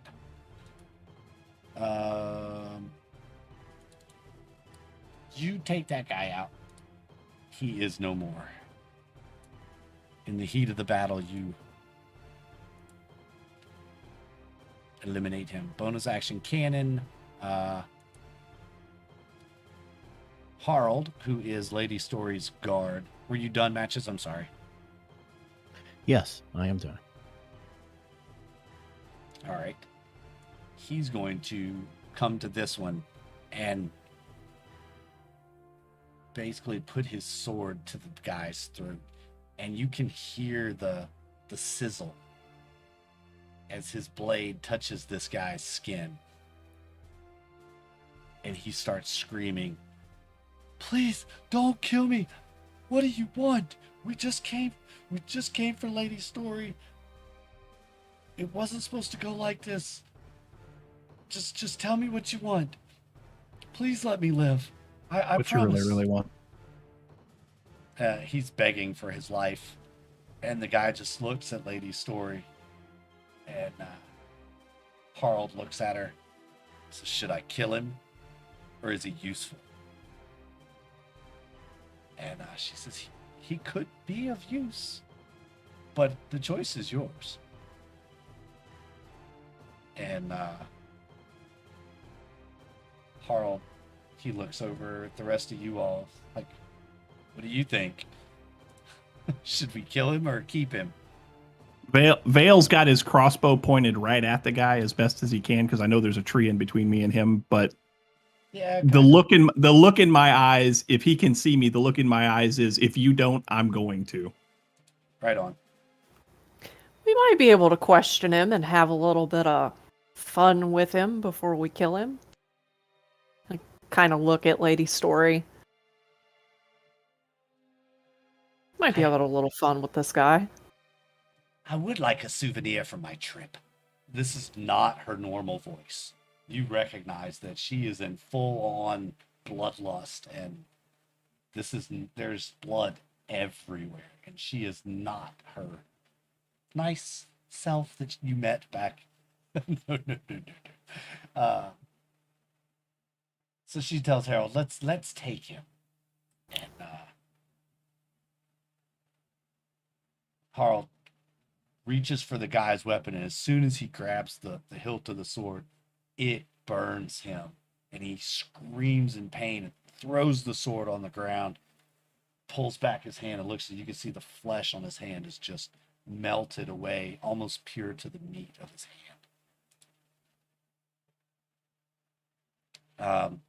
He takes what he can, and just with his sword, he kind of puts the sword on the guy's shoulders, pushes him to the grass, and that's what he's gonna do. If you all still want to continue, we'll continue with the turn order. So it will be Vale. Vale is Vale's a little bit angry right now. He's gonna walk 10, 15, 20. He's gonna walk to here. That should be about 30 feet there. He's gonna walk to there. Crossbow steady aimed at this guy's chest the entire time he's walking. Give me one good reason why I shouldn't shoot you right now. He holds out his left hand, and on his middle finger is a ring. Okay. And he says, I know things that you want to know. And he's trying to show you, like, make it a point to show you this ring that he has on. What does the ring look like? It's a signet ring. You can't make it out completely, but how far are you? 20 feet away? Mm-hmm. Technically, I've got 5 more feet of movement, so You know, he's pointing his middle finger at you. You know. He says, I'm with the Order of the Sacred Grove, and I have valuable information I'm willing to trade for my life. without lowering the crossbow, I said give me a good reason. Saying that you have information isn't a good reason. Now, giving me information, that is a good reason. What do you want to know? Talk. What do you want to know? We have a ship. We just landed a ship on the shore, and we're loading up to resupply, and then we'll be back. What more? What do you want to know? I'll tell you anything. Just What's your plan? Where are you going next? we were going home. He is going to make no attempt to deceive you. He definitely wants his life. He basically, what you get out of him is that he is a part of a fast strike team. His mission was to capture or execute Lady Story on her return trip from the signing of the treaty. And he knows that there were other strike teams like his that were sent after the heads of the other signers of the treaty. So I look at Brata and I say, is that enough reason to not shoot him? I look at Vale and I just give him a wide smile and say, "Oh no, I don't think that was a good enough reason. I think you should shoot him." that hits. Without saying a word, as soon as she said, "Oh no," it just click. All right. That hits, and that's your 23 and 9. Is that with your sneak attack, Dan? Or would No, that does not include sneak attack yet. because he Say is the your word. friendly. Yeah, I know. Say the word. If he needs sneak attack, he's going to get it. No, he does not. Okay. And your crossbow bolt lands square in the side of his head, and over. Does it he make a goes. melon sound when it hits Yeah, him? it's like thump. And down he goes. Perfect. So, what you didn't learn, I'm not going to tell you. That's fine. I'm sure Um, there will be other OSGs that we can go after that will give us information. They all claim to be so family oriented and just wanting to do the right thing, and yet they keep ending up in places where I can kill them. This is not good for them. You also keep saying that you do things that are good for the party other than kill things, and then you immediately kill the first person who's willing to give us information. He didn't give me enough. He would have. You are literally the reason that we never get any information. This is You know why what? we don't let you do things and make decisions, Vale. This is why you're on all of our bad side right now. You know what, Vale? This is coming out of your share of the cash, but I cast Revivify on the guy. Shit. Ooh. Oh, wow. Oh, shit. Oh, That's pretty good. That's pretty Actually, good. Awesome. I love it. Uh, That's pretty good. he has to make a spell save. DC. No, he does not make any spell save. Oh, no. He's just dead. alive He's with dead. 1 hit point. He is alive with 1 hit point. Oh. We get to kill Sorry him for saying that again. again. All right. He comes back. Oh my god. All right, I'm gonna sit this guy up and He is alive. Oh my god!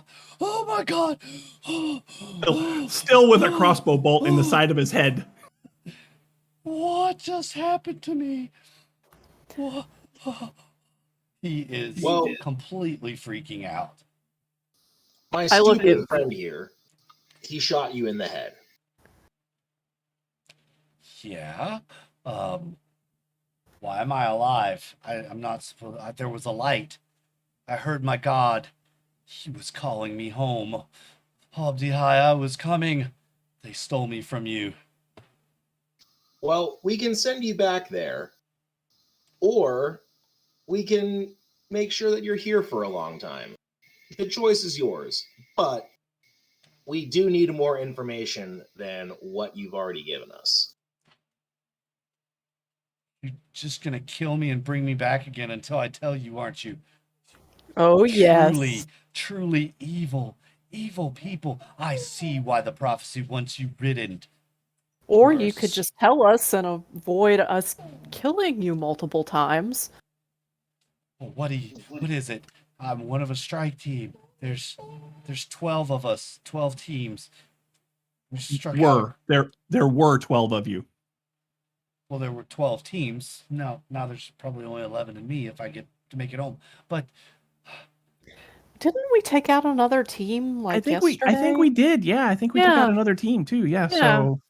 So So you may be down to 9 or 10. So how's that working out for you? Yes, you know, and the team that I saw looked very battered as they were leaving, so possibly down to 7. oh no, this is not going as it's supposed to be. Commander Ghostberry is going to be very upset when he learns about this. Write that name down. It's spelled gooseberry, Goose berry, Berry. What are the other targets for the teams?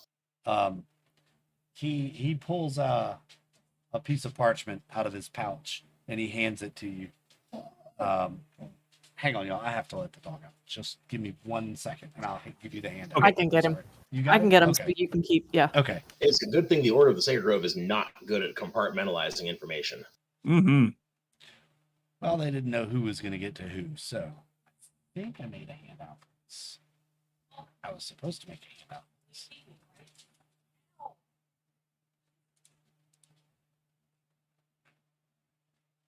Oh no, I made the handout for that, not for this. Okay, not a big deal. He hands you a piece of parchment, and on the piece of parchment are the names of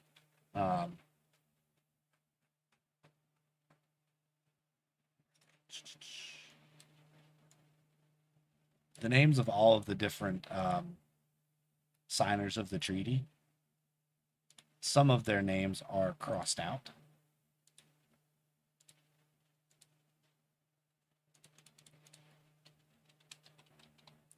Well, we'll be taking that list. Here we go. Save. There is a handout now available to everyone called Hit List. How fitting. How fitting, right? This apparently is a hit list of some sort.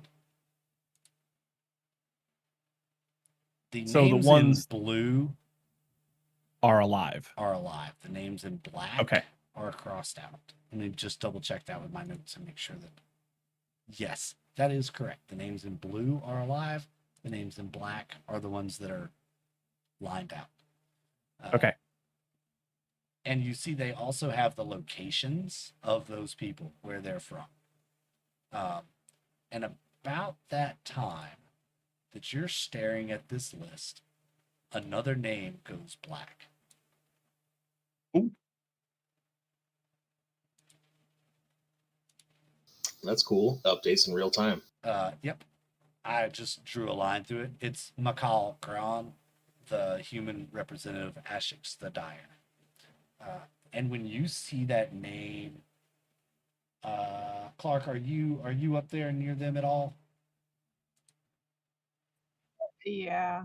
Yeah, I've made my way up there at this point. Okay, so if you see that name on the list, you actually recognize that name. Ashix the Dire is a well-known, he's the founder of the samurai school that all samurai have always wanted to be a part of, though he never chose the title for himself. It was a school that he founded for the teaching and discipline of samurai. It's on the coast of the Sea of Loath, and actually, would you know that? That's about all you would know about it. You read about this in your studies to become a samurai, and longed to one day get to visit this place.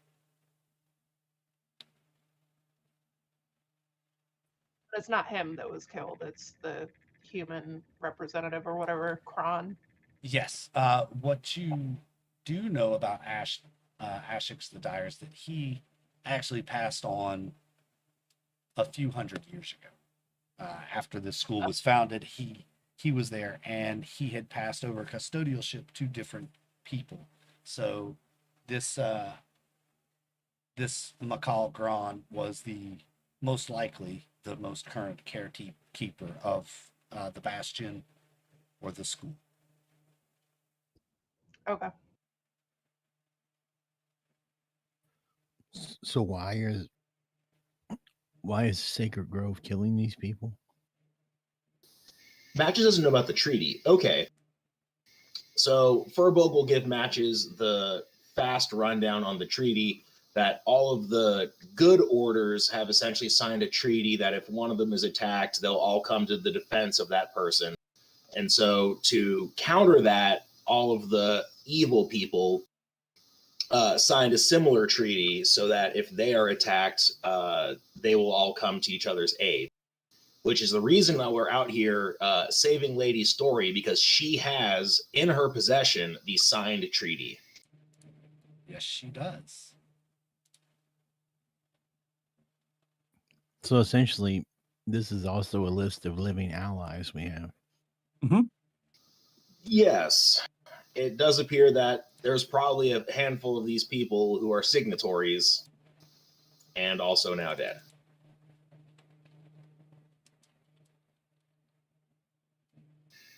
Do you have any more information that would endear us to you?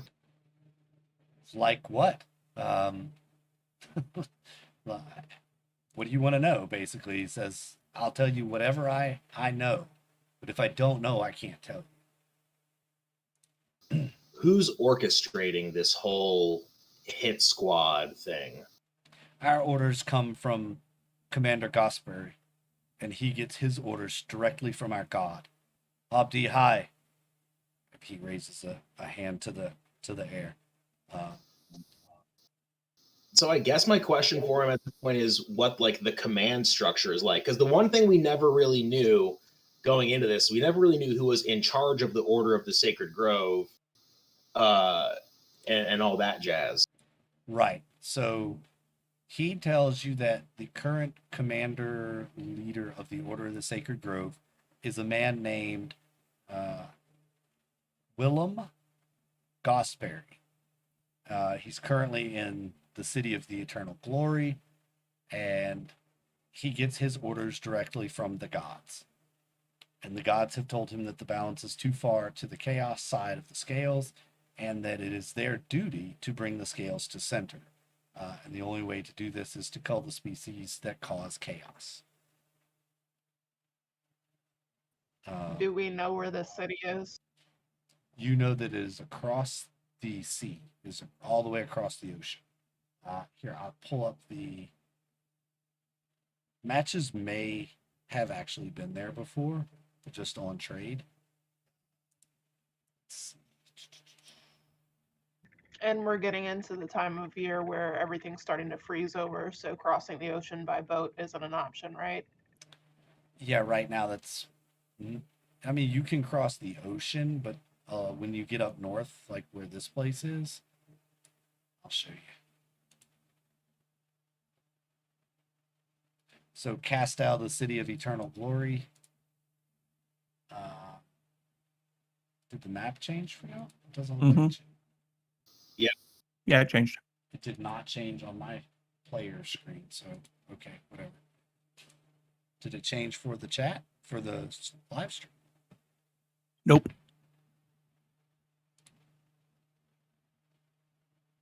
Not that I can see. I'll refresh the page. Now it has.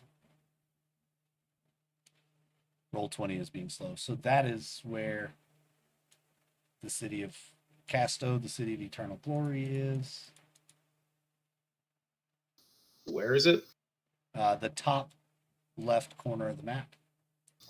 Oh, Yeah. like as far away from us as possible. Yeah.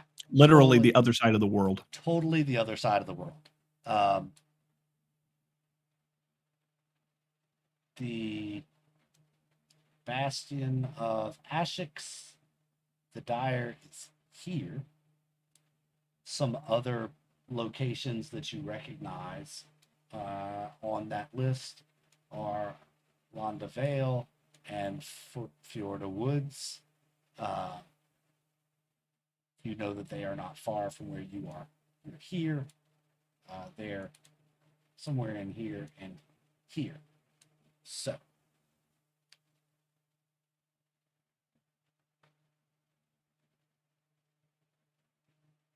So I want to ask Lady Story if she recognizes the names on the list and if she has any way of quickly contacting them. She does recognize all the names. She says, yes, these are all the people who signed the treaty. And she pulls out a copy of the treaty and she shows you. She actually has the treaty with her. That was what was in that box. And as she pulls the box out of the pouch, it kind of gets bigger. Her pouch, the box gets bigger as it comes out. She opens it up, and there's the parchment with the signed copies. And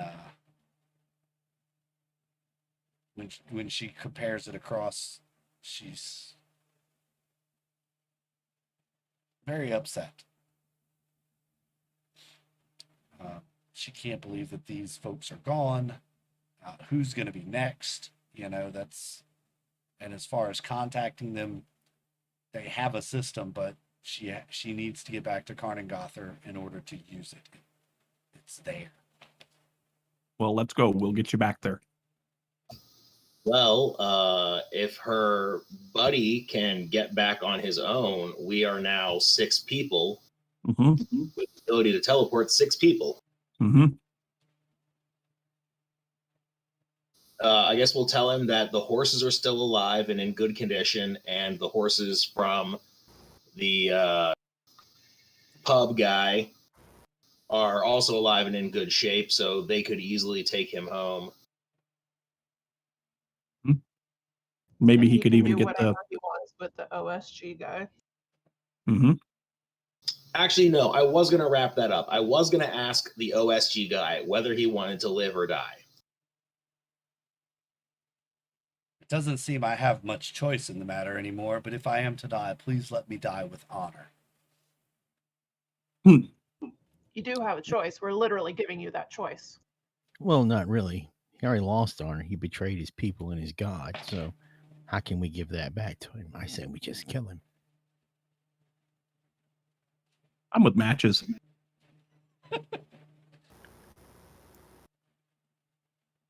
I just smile.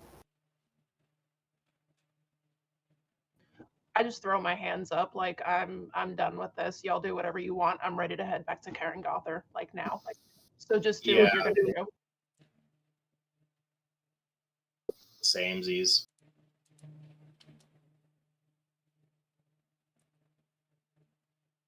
So, can I go? If you're gonna let me live, I don't know how I could go back to my people after I've told you everything. They're probably gonna try me and hang me for treason. Looks like you have some choices to make then, doesn't it?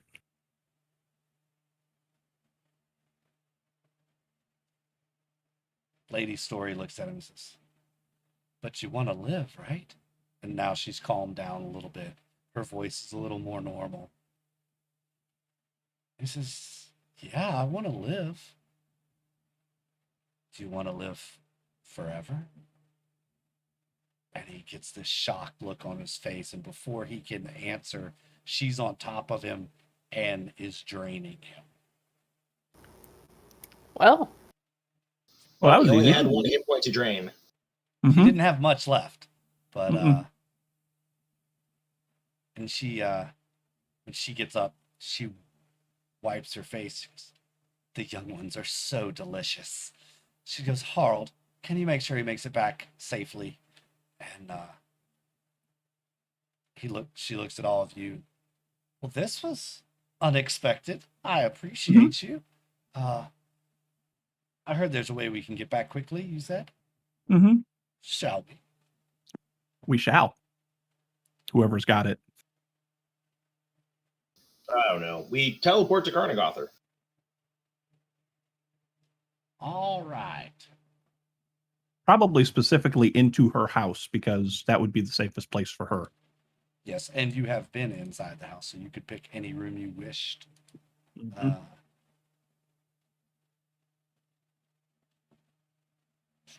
The foyer. All right.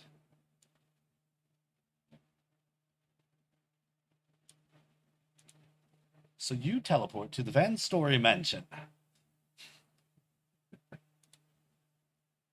Oh boy, I'm having a refresh Roll20 every time I change maps. Is it the stately Von Story Mansion? Why, yes, it is. That I made on dungeonfog.com. This map's been copied and made public, so if you like it, you can use it too. Just go to Dungeon Fog. dungeonfog.com. Dungeon Fog is not an official sponsor of this stream. But we are Yeah. open. So you all get back there, and she says, "Give me just a moment," and she runs upstairs. A couple of minutes later, she comes back down and says, "Okay, I've given the remaining alive folks a warning, and I sent word to the ones whose leaders had fallen and told them the news. We don't know if they're dead or if they've just been captured. So,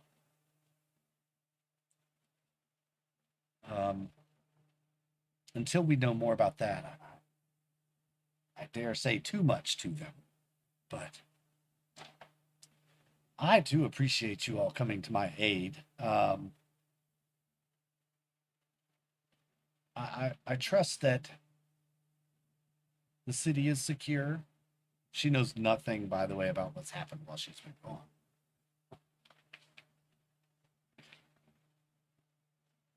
I'm sure either me or Furbolg will fill her in on everything.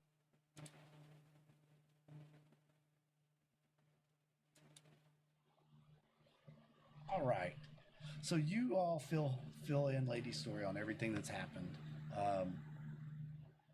And she says, "Well, I don't know what the council would be waiting for me for. I think we have our answer. We need to strike it back at the head of this snake and cripple their attack.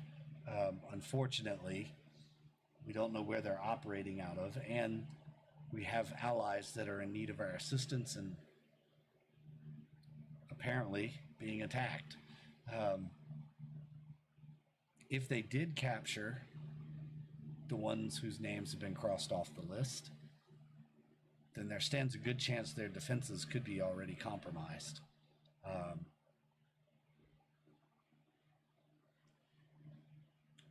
She looks concerned, but she looks a little rejuvenated after the fight, and she says, it might not be a bad idea to go check on those who have lost their leaders.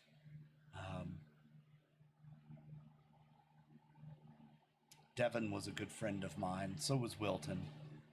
And Makel, he was one of my favorite humans. He really did care for that place. Poor Werner, the Grove. What are they going to do without him? He was everything. And she just goes down the line and says something about each person who's fallen to this battle.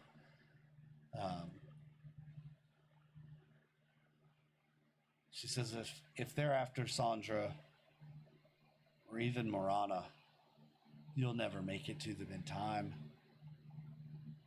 They're already on that side of the ocean. Well, in fact, so's the Haunted Weld, if you think about it. It may be too late for us all.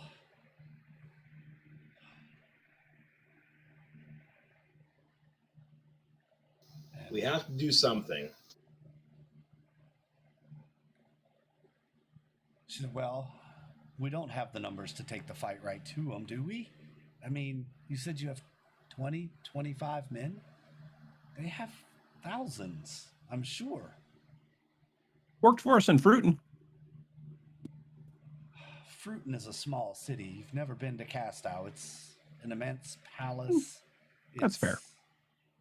It's a heavily guarded city, and it's their home base, which probably be well fortified. We need more people. We need more information.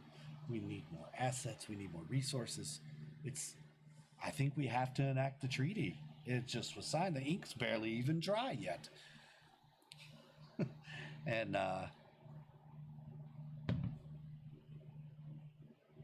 she says, I guess we should start close to home. What do you say? Do you have other things we could do? Other resources we could call in?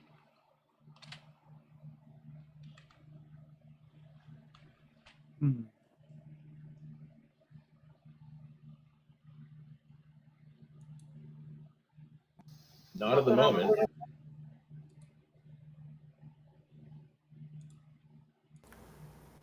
No, as of right now, we have the Gith who have joined us. We have the 5 of us. We have you, your guard here. And in the meantime, we've got a temple district full of orphans who need to be relocated. And a couple of the members of the orphanage who are here who may or may not be able to assist. But as of right now, I think that is the extent of our resources. I think you're correct, Lady Story. My understanding of combat and battle tactics would tell me that it's time to activate the treaty to gain more power,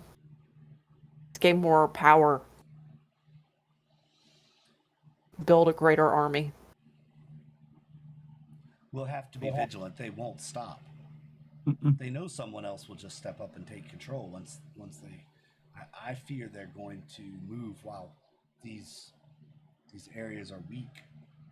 You can tell she's actually a pretty good tactician, and she's been alive a long time, so she's seen a lot. And she says it's most likely they will strike where they have fallen the leaders first. Those places will be in chaos with no leadership. They will see them as weak and strike there first, most likely. Who do you think's behind all this? You don't think the gods are really pulling the strings here, do you? I mean, we've been peaceful for 400 years. I think we've got our own gods if their gods are coming to fight. I think the only way to find out is to get to their commander. It's a good point. Perhaps we I'm should. I'm skeptical of any army that says that they get their directions straight from one god and only one person knows if that's true or not.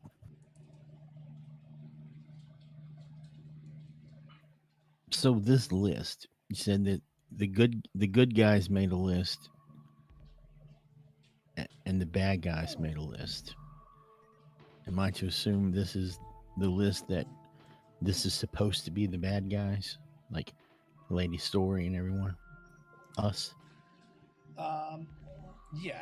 I mean, if you see the story from that angle, yes.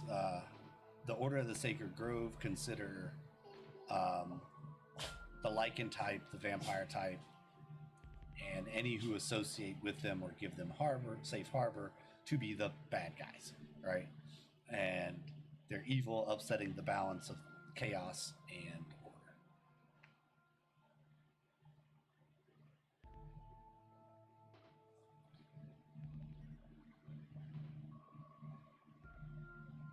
That makes sense? Got it. Yeah. Okay. And so supposedly their god is the one that activated them to break this treaty or whatever. Well, the treaty wasn't. Well, The treaty is not between us and Sacred Grove. The treaty is between all of the people that the Sacred Grove are against. Okay, so Essentially. There's a couple of things. Let's back up a little bit into the land of lore for a minute. So, at the end of the last Great War, right? Let me actually pull this up because I wrote this out the other day. Oh my goodness, Doggo, what's the matter? Doggo is being crazy. What is the matter, buddy? I don't know what he wants, y'all, but he is letting me know it. And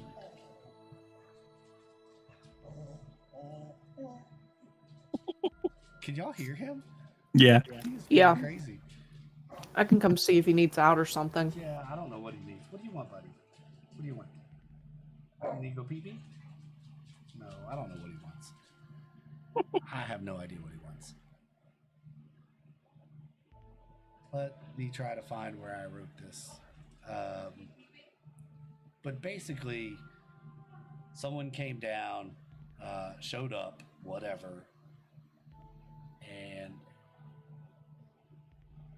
basically brokered a deal between the sides of chaos and order that divvied up the land.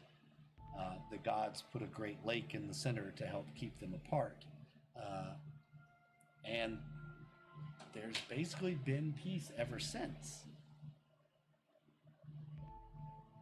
But didn't we say that the water levels were falling in that, or that the land was rising? Yes, the land has been rising in the center of the lake and the islands. So either the water levels are lowering or the land's rising. You have thought the land is rising. Because the shoreline really isn't changing at all, right? Like places where there's water, there's still water. Yeah.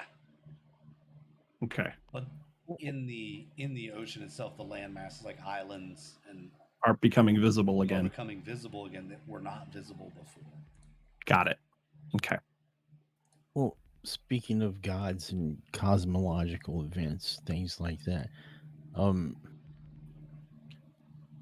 when I was on my travels for this book, I did, along with many other witnesses, see like a great void in the sky. Did anyone else witness that? Or could Yes. someone? Firsthand when it attacked us, as a matter of fact. Or brought it to stone. Yeah. That was a fun 5 minutes. Yeah. So just some everyday nonsense then. Pretty much, yeah. It was these creatures that were calling themselves mind flayers. And they basically showed up just to basically show off and be like, yo, we could kill you in a single hit if we wanted, but we're not going to, and here's your warning, bye. Well, that's interesting. How did they interact with your? Did they show any prejudice against your Gith army? They They weren't a fan of them. the gift seemed more upset about the mind flayers than the other way around, as a matter of fact. That's accurate.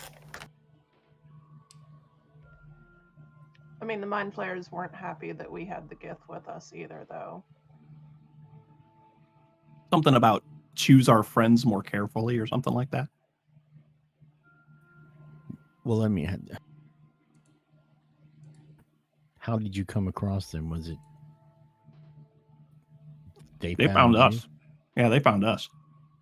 We were just sailing to Karengother, and they found us. They were in a flying ship.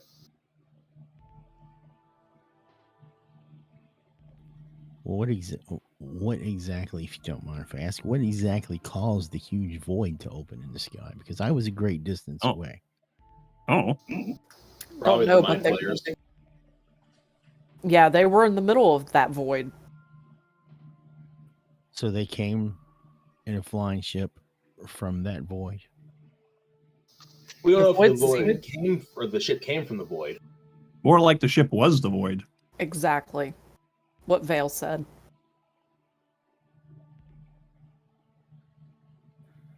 And it was almost like it wasn't even really there, but it was there, you know? Well, I was hundreds of miles away, and I saw this plane as plain as day. So that thing would have to be huge to block out the sky from. It was good sized. It was big.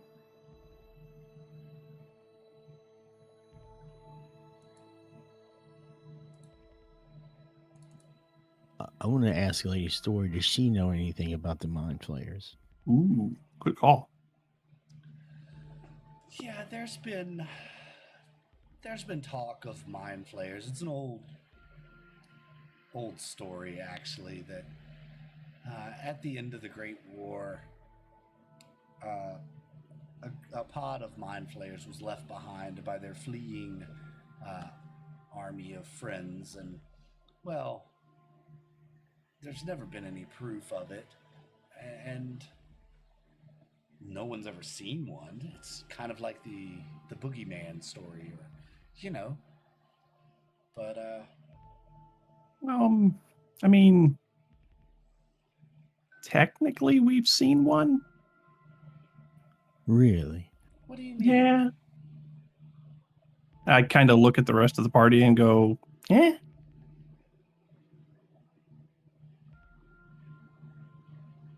Yeah. They're inhabiting the vault of awesome doom. You know, They claim they're trying to get back home. There's a rich history between the Gith and the mind flayers, and there seems to be a lot going on involving the Gith and now mind flayers. Mm-hmm. And now there's things happening in the sky.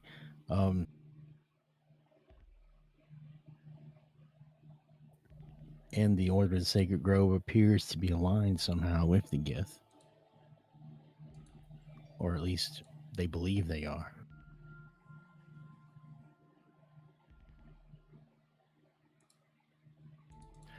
I'm just starting to see a pattern emerge. Mm-hmm. Go ahead and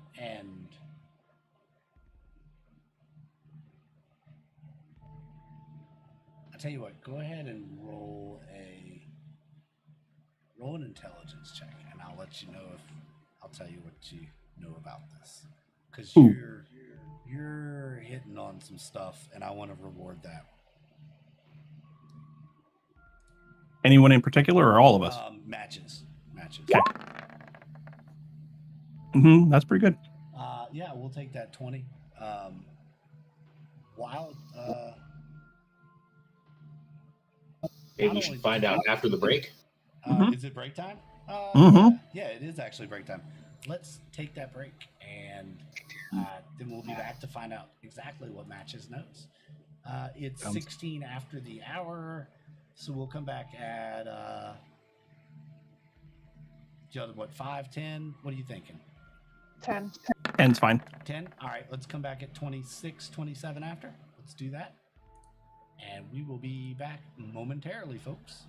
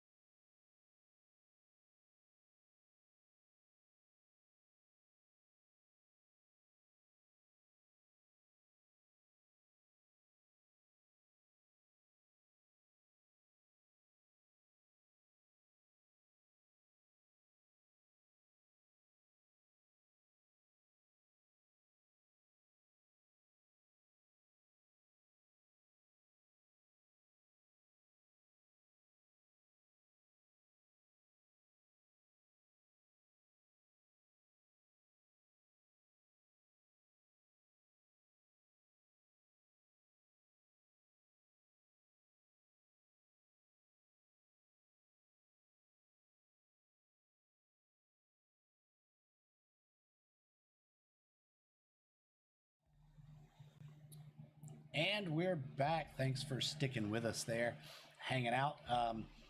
So when we were going to break, Matches had rolled a 20 on his intelligence to see what he knew about the Mind Flayer Gith connection. And this is what he knows. So Matches, take it away and explain what you know about the myth, the myth and the Mind Flayer. Mind Flayer Gith connection. Words are hard.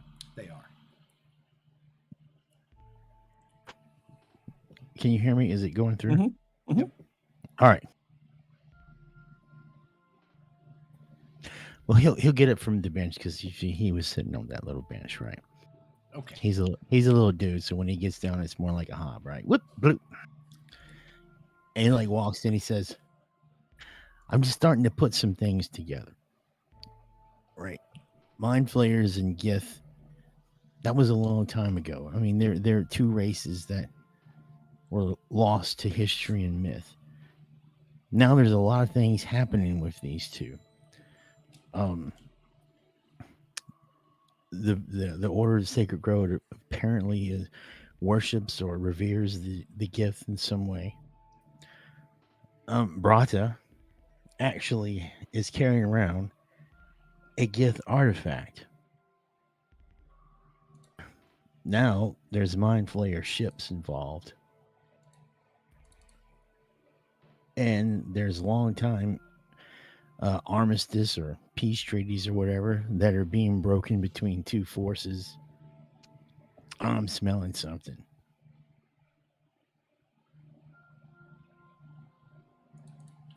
And I'm especially interested in the Mind Flayer flying machines.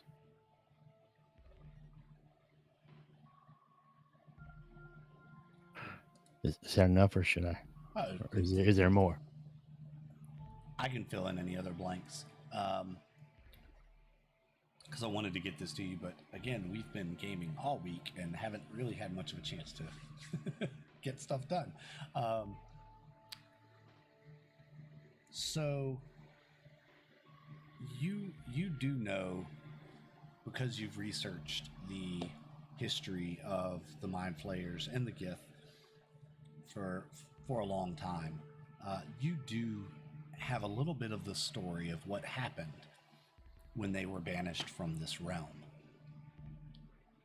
Apparently, from the legend that you heard or read, the Mind Flayers were here, and no one really knows how they got here, but they were definitely causing a lot of havoc on this realm.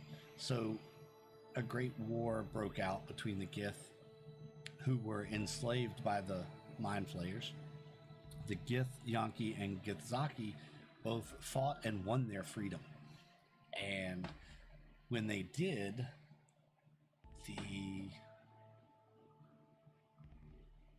trying to find, Abdi High actually came down and embodied mortal form. And he is the one that brokered the peace for the realm. When all the peace was brokered and everything was said and done, the Mind Flayers were banished from this realm.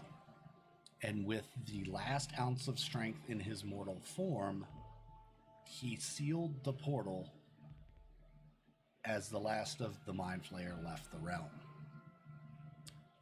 His mortal form died. He ascended back to the plane of the gods.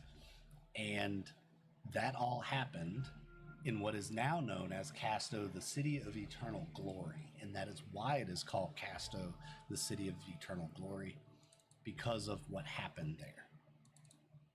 The body is supposedly still lying entombed in that city. And that is how the Order of the Sacred Grove was formed. Was cool. To protect that legacy and keep the balance under the guiding eye and hand of Abdi High. Cool story, bro, but I think they missed one. At least one. Well, Yeah, how many have we seen at this point? Just the one, I think right? we've just seen the one, yeah. well, if they were banished, and all of a sudden we're seeing this void in the sky, which you saw it better than me, but I'm going to assume it was some kind of portal. And if they came through this portal in a ship, or if the portal was the ship, I don't know. Maybe. I don't think so. I don't think that's it. We encountered a mind flayer before we ever met you. So there was one here, and there had not been any one of these black cloud portal things anywhere prior to that we'd ever seen. Specifically, a mind flayer who brokered a deal whereby we would help him regain a plane warping ship. So he could go home. So mind flayers that are already here do not have the ability to do this. But it looks like mind flayers on the other side may have found a way to break back through. Yeah, I don't know, because the way that cloud presented itself, it was there, but it wasn't really there. I mean, Clark, you got a better look at it than we did because you flew up to it. But didn't you say, or didn't you explain that maybe you kind of like flew right through it, that it wasn't like solid? Yeah, it kind of seemed like maybe the space between planes was kind of thin. Like it wasn't there. I couldn't physically touch it. So they couldn't actually break through to the prime material world. They were still somehow stuck on the ethereal or the astral plane. That's what it seemed like. Or it was the one that was here playing some kind of mental mind game with us. I also couldn't hear the mind flayer. I think you and Furbolg were the Yeah. only two that could hear the mind flayer. Yeah. I could only like see the ship.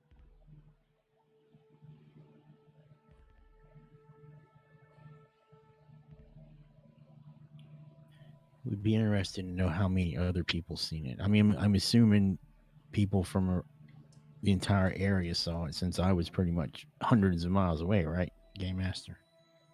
Yes, You were ways quite a off. ways away, over 100 miles away from the coast.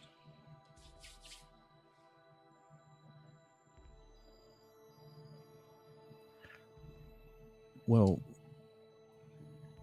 lady story, is there anything that you can add to this to help clear it up a bit in our minds?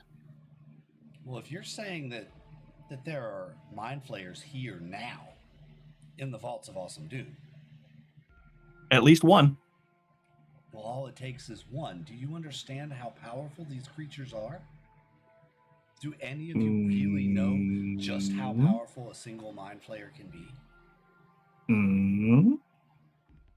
I mean, she looks at matches. He seems to know the most about them of any of you, but mind flayers are some of the most dreadfully powerful. They get into your brain. They make you think things. They can make you see things. They can make you do things that no man could do without, they just inflict chaos on your brain. And when they're done using you, they eat your brain and gain your knowledge. They throw your bodies out.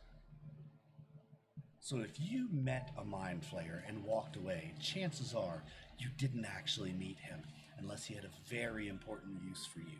Otherwise, you would be brain food. I mean, I would be tempted to say that what they saw was an illusion implanted. However, it would have to be a very powerful illusion to affect people hundreds of miles away. Oh, I don't disagree with you at all.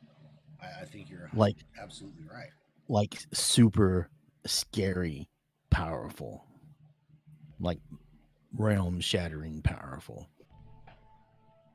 And he does have a use for us. I mean, we kind of agreed to help him. What? You agreed to help him? Y'all agreed to help him. I mean, either it that was. or- Y'all agreed to help him. I mean, it was either that or we were going to die. Those were Well- literally the choices that we were given. So I don't blame you then, because from what I have understood, Mind Flayer do not go easy on their victims.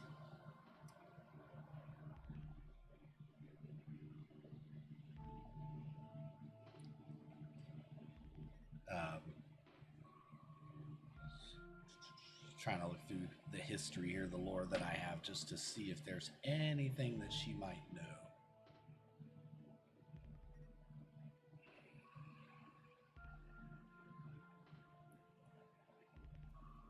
Well, do we know of any organizations like the Grove who may revere mind flayers, like the Grove revere the Gith?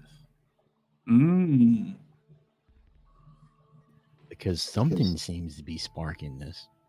It all appears to be recent events. If there was a group that worshipped the Mind Flayers, they'd be more likely to be allied with us than the Order of the Sacred Grove. unless the Sacred Grove has taken a wrong turn someplace, which is very likely. They Or are supposedly trying to help return the balance, as they say. It could very well be that in their attempts to do so, they've made some very unsavory alliances. or there's one other possibility, but I hesitate to mention it now. Oh, do tell. Let me think on it some more. I hate to bring it up, and I hate to bring it up without thinking on it more further. Well, you've already brought it up now. And then as I was talking, I said, no, not now. All right, fine. I said, perhaps it is someone on our side is being controlled by the Mind Flayers. Ooh. I don't know. All that's outside my realm of knowledge.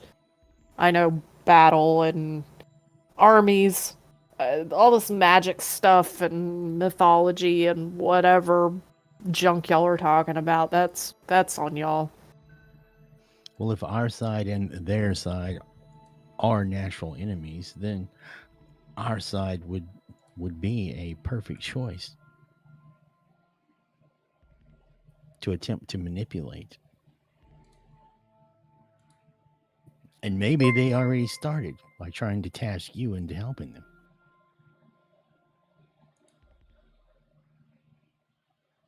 Hmm.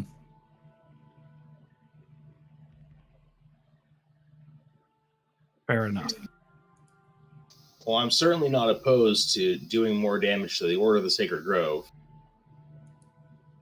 I'm also not opposed to revisiting the Vault of Awesome Doom if we need to renegotiate our agreement.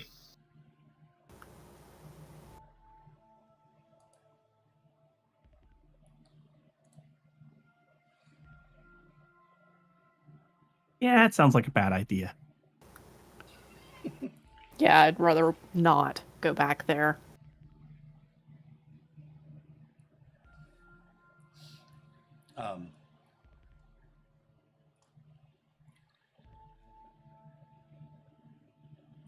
Lady Story says, so I guess you have some decisions to make, but we should really check on our allies soon. They may need our help soon. Who's first? Do you want to go far or you want to stay close? I look at everybody else.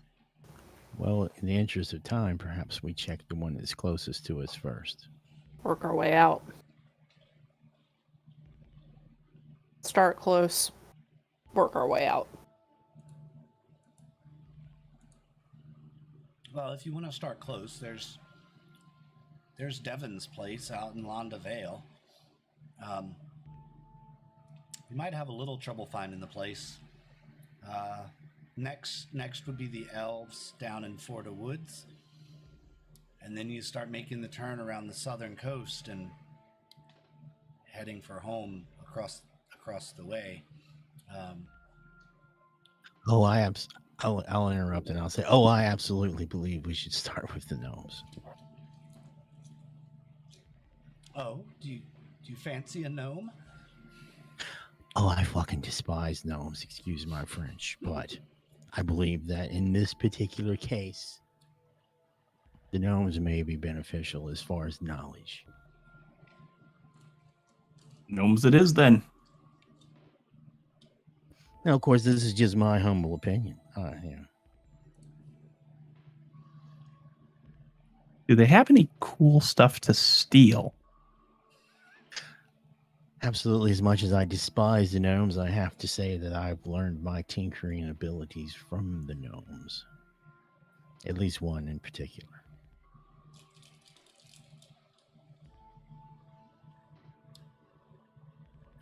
And since I couldn't take my evils and vengeance out on him, well, the possibility that I can take it out on his people, that's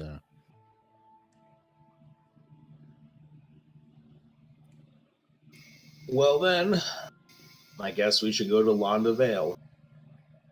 Londavale it is. To Londavale! To Londavale, dun, dun, dun. Alrighty. Well, the Vale.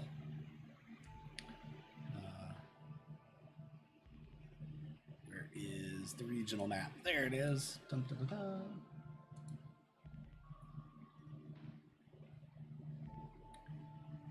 Yep, is there, and you are there. It's not far. You do have to go past the Vaults of Awesome Doom, cross the Dreadmore River. So you can either sail up the river. I think you all sailed up the river early on. That's actually where you got the dog. Your doggos. Correct. Correct. Was on the river and when you fought the pirates. So you can sail up the river or you can go by foot. Sailing is, of course, going to be much, much faster. The other places that she named, I don't want you to feel like you have to go a particular place, but I just want to again show you all the maps so you kind of understand why she was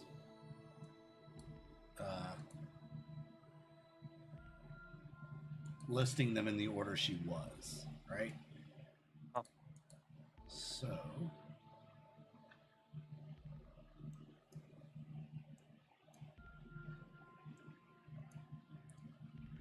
get the map over here so everybody can see it.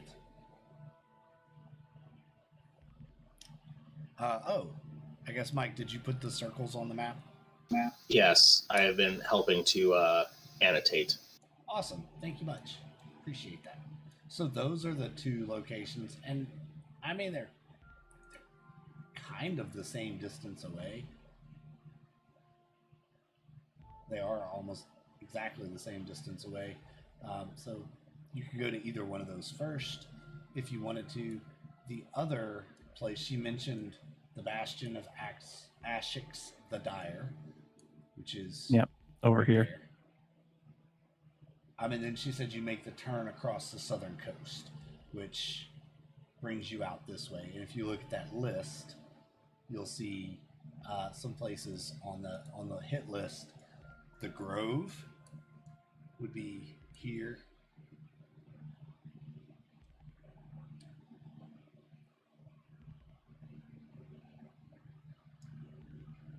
Okay. The Haunted Weld is out here, past the Whispering Woods. And then the Dwarves of Strana Falls, or Fells, I mean. Diamond says the audience isn't getting any of this. Yeah, they're not seeing the map. Because I didn't transition to the map screen. That's my fault. Sorry, audience. Here, we'll jump Silly. over there. I'm horrible. I'm a horrible. Silly Billy. Hey, that's what my mommy used to call me. So the Mountains of the Dawn are here. Thanks, Diamond, for calling me out on that. I don't know what I'd do without you, man. So the Mountains of Dawn. So I think that was one of the names on the list. Somewhere in that area. Then Strana Fells. also dwarves. The Haunted Well. Nope, not that tower. Wait, is there a name on there for the tower? I forgot. No. No, the Tower of Arban is farther east. Okay, so the Tower of Arbon, the Druid's Grove is down here, and then the Bastion of Ashix the Dire. So you kind of see there's a kind of a path that you could Yeah. start at the Mountains of the Dawn if you wanted to sail across the southern seas, which are sailable because the water temperatures are warm enough. If you wanted to sail all the way over there and work your way back home, that's fine. However you all want to do it, but I'd rather work out from here and start Yeah. close to home, work out. I don't want to have enemies between myself and my allies. Yeah, it makes sense to go to Londavale first and then work our way west from there. okay. Agreed. I just wanted to make sure y'all saw all the options on the table. So, cool. All right. To Londavale. So, could we have two boats, right? We still have our little steamboat and we have our bigger ship, right? Correct. We do. Can we take the steamboat upriver to get to Londavale and have somebody else meet us maybe over here with the bigger boat so that we can just go Probably. straight to Fjorda Woods and just go right over to the Bastion? Yeah, Probably, Make our yeah. life That's not a bad idea. if y'all want to do that, that would be fine. I'm sure you could. Tell you what. maybe just like get some of the gift to sail the ship over there since the Mhm. steamboat is too small to fit all of them anyway. Roll a percentiles. It's See the how D100? lucky. Yep, D100.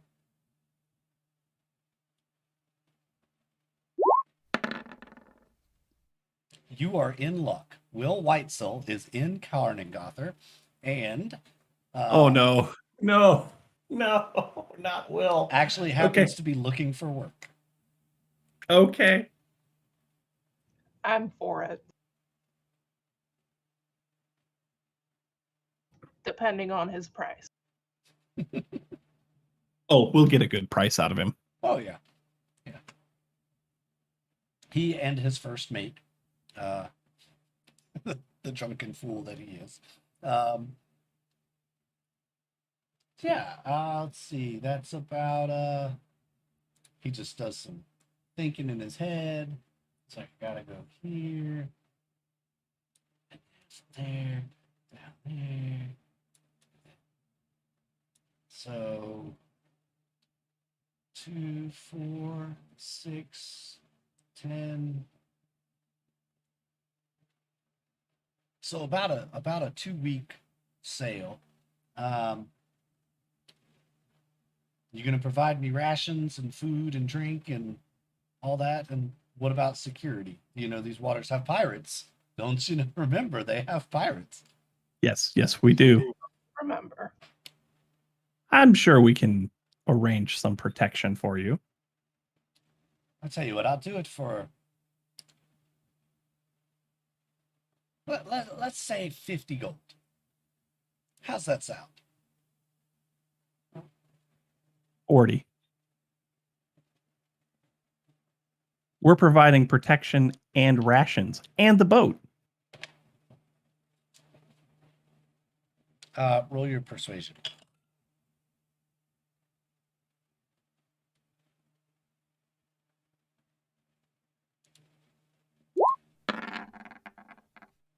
Come on. These stupid dice. Hold on. Wait a minute. I want to try something here. Yeah, it's about the same. Never mind. All right, who this person? I know Mashes doesn't know this person. Who is this person and why do we need them if we have a boat? Will Whitesell is a ship's captain, so to speak, that helped us get to Carningother the first time we came here. He sailed us upriver from Troutburg. We had an adventure together. We'll just say that. And there's something about him. We don't know exactly what it is, but there's something. Yeah, he's He's unique. flamboyant and unique. Yeah, he's unique. I tell you what, since you're such good friends and we've been through the shit together, I'll do it for 40. But I'm gonna have to maybe have a traveling companion with me. Might need to keep one of those dogs you got. You can take Herman. The spotty one? Yep. Oh, that's the one I was gonna ask for anyway. That'd be great. Man, you guys are awesome. See, I missed you. We should really, really work together more often. So is he taking his ship or is he taking our ship? You know the Your ship. you know the importance of the Dalmatian, right? I mean, no, you haven't No? really told us. Is he important? No, dogs are not important at all. Excuse me. I need to have a moment with my companions, if you don't mind. Okay. He turns back to his ale and just starts drinking. Let's get out of earshot of this and anybody Oh, else. okay. You telling me you didn't know about the Dalmatian and the wagon? We knew they were connected, but It's just a a normal dog. dog as far as we know. The Dalmatian and the wagon, they're part of the same enchantment. The Dalmatian pulls the wagon, and there's something inside that wagon that I haven't determined what it is yet. I mean, there's a pocket dimension inside of the wagon, but good luck getting into it. I'm saying if you give him the Dalmatian, then the wagon is going to be useless. I mean, We don't need the wagon. There's also space on the ship for the wagon. true. We're not just going to leave all our stuff behind. Okay. So he once you all are settled with that, and if you return, he says, "Well, when should I meet you? How long till I sail?" So how long will it take for us to get to Land of Vale and then to the woods and then to the coast? Because we'll have 2 stops between here and where we want to meet him, Assuming we don't get sidetracked. assuming we don't get sidetracked. Us get sidetracked? It never happens. I mean, we do have to go past the vaults of Awesome Doom, so there's that.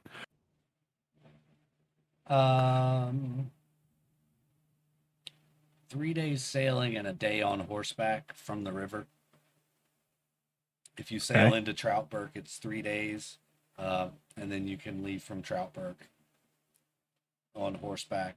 Or if you wanted to find a spot along the way to tie up the boat and just leave it somewhere. But I think it's Brook is probably a good stopping point. Troutburg's probably good because I think Furbolg, don't you know some folks there that you were in good with? Kinda. Yeah. I mean, we Like, know maybe where we're they- going, but I can talk to them if we need something. We might need somebody to watch the boat for us. I don't think you want local farmers watching the boat. Oh, well. They have things that they care about away from the docks. I mean, we can make them care. I rest my hand on the crossbow. They owe you, don't they? Yes, but they don't owe me getting rid of their entire livelihood and ignoring the only way they make money for their family for Yeah, okay, that's fair. weeks There's on more end. There's more than one of them. They can take turns watching the boat. Wait, I guess that's fair. Carringother is a city, right? yes. It is. That's where we're at, right? Yes. Mhm. Don't we just hire some mercenaries to follow along with us, and it would be their paid job to watch the boat and do anything else we tell them to do. Okay. That's why we were trying to talk to Will Whitesail, wasn't it? Yeah, well, he's going to pilot the other boat around to the bay, and meet us there in however long it takes for us to get there Right. to sail us to the bastion. Okay, hear me out here. What if we just bring a sailor with us and they can just take the boat back to Karnengother?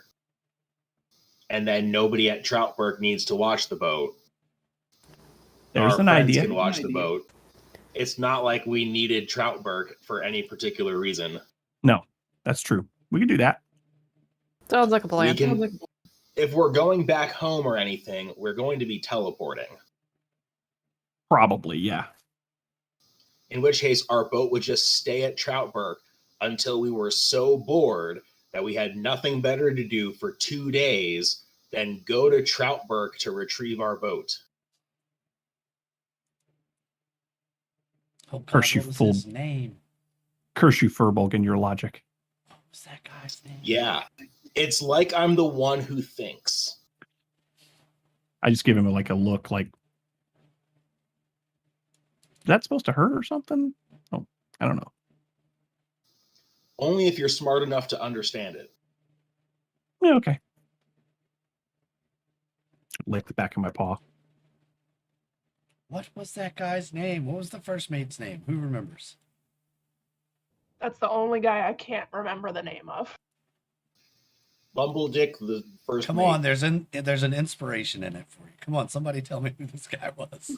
We haven't talked about the first mate since like the 3rd session. That was like last October. I feel like it was like Thomas or something. I don't know.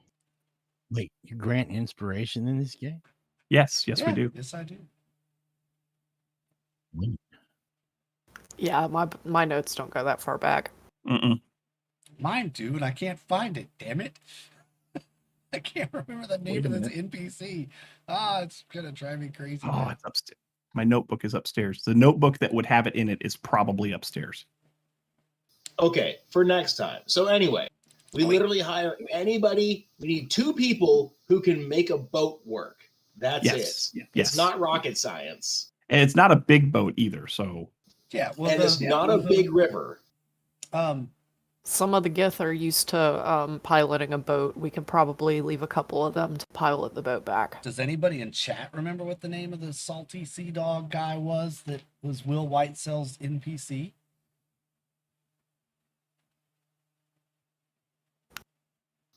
Irregardless.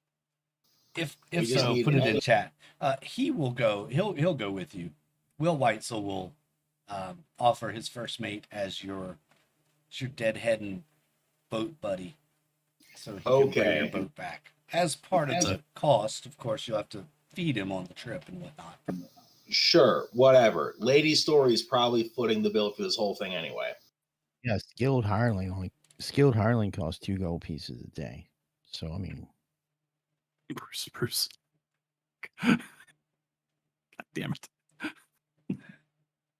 So anyway, we sailed to Troutberg. Does anything happen on the journey there? Over 2.5 to 3 days. Nope, it is smooth Stay to sailing, Troutberg. easy going. In fact, you get to Troutberg. What do you want to do in Troutberg? Anything, or just get some horses and go? I think we say hi to the farmers, get some horses, and go, but I'm open to suggestions. Troutberg matches is a small fishing village on the river.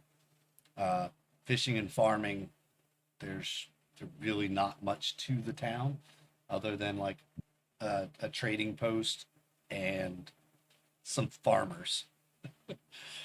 well, farmers don't really interest matches that much. But we can always resupply and then get some horses and go. Okay.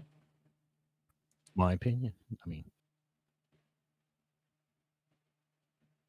If that is what you all want to do, then that is what we shall do. We shall get some horses and go on to the Vale. His first mate's name is Sammy. Sammy. Yes, it. you're correct. Get an inspiration for that. Good note keeping. Dude, somebody else can take it. I have too many that I'm not using. I'll take it. Well, in that case, I'm going to start making encounters harder. Oh gosh. There's no reason to get drastic here. Actually, y'all have been doing pretty well. The OSG guys that you fought were all like entry level. If you would have searched the bodies, there was a lot of stuff you could have I put didn't together search the about them. bodies. No, you Ah! teleported away before you looted the bodies. There was a Yeah, lot I of thought- I'm a terrible rogue. The ring. I'm a terrible rogue. Yeah, there was a lot of information you could have gotten off of the bodies, but maybe I'm gonna Lady look for something to Story's steal in guy will Troutburg. have looted the bodies and brought all the loot back. You never know. Maybe. I'm gonna look for something to steal in Troutburg. No, you're not, because we're not staying long enough. We're gonna be here And long I'm enough not for me to get a getting horse. distraction this time. You don't control me. I use Thorn Whip on Vale to literally control him. What's the saving throw?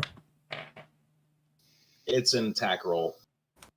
Oh boy, y'all are hilarious. You sure you want to do that? Can we just throw him in a bag at this point and just drag him along with us? Put Vale in a bag of holding. No, 10 does I can not- see the cat like trying to get in the carrier. It's got all fours out. No, I won't go. 10 does not hit. I just want to point out I haven't rolled over an 8 on a D20 or something like that today. The rolls are garbage tonight. Yeah, No doubt. rolls have been garbage all week. Blame Even roll my 20. physical dice have been rolling like crap this week. All right, so anyway, we leave Anyway. Troutburg without feeling anything. Without stealing anything or killing anyone. Good job. I Wait, high five you the guys are farmers. evil. I say, You're supposed to do something bad in every town you go. I'm trying to. They won't let me. that's called murder hoboing. You don't That's need to being be a evil. murder hobo to be evil. No, you don't. You're right. I'm just being goofy. You get on the road and you cross the bridge out of Troutburg and on your way to Londavale. On our And way, Lauderdale. let's see. You're riding along. Go ahead and make a perception check. Everybody? Everyone, yes.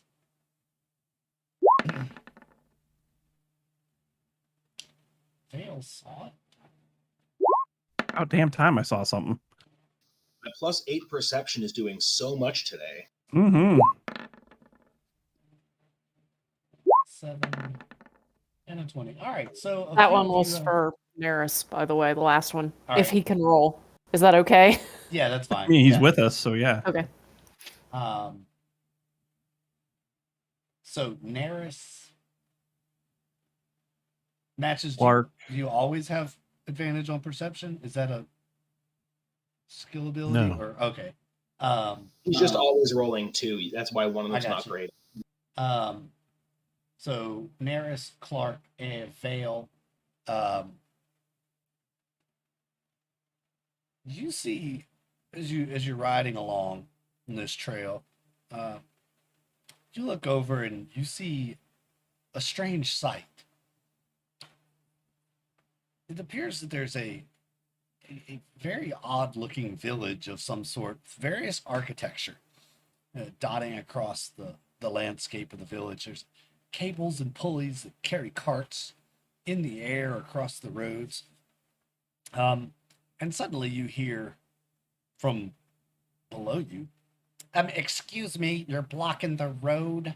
Could you kindly step to the side?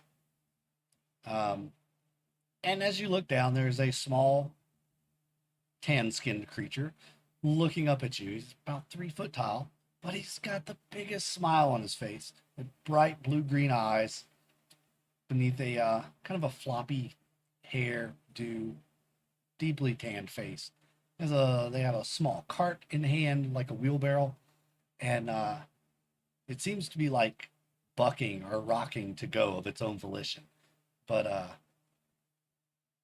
and the cart is full of what appears to be scrap metal.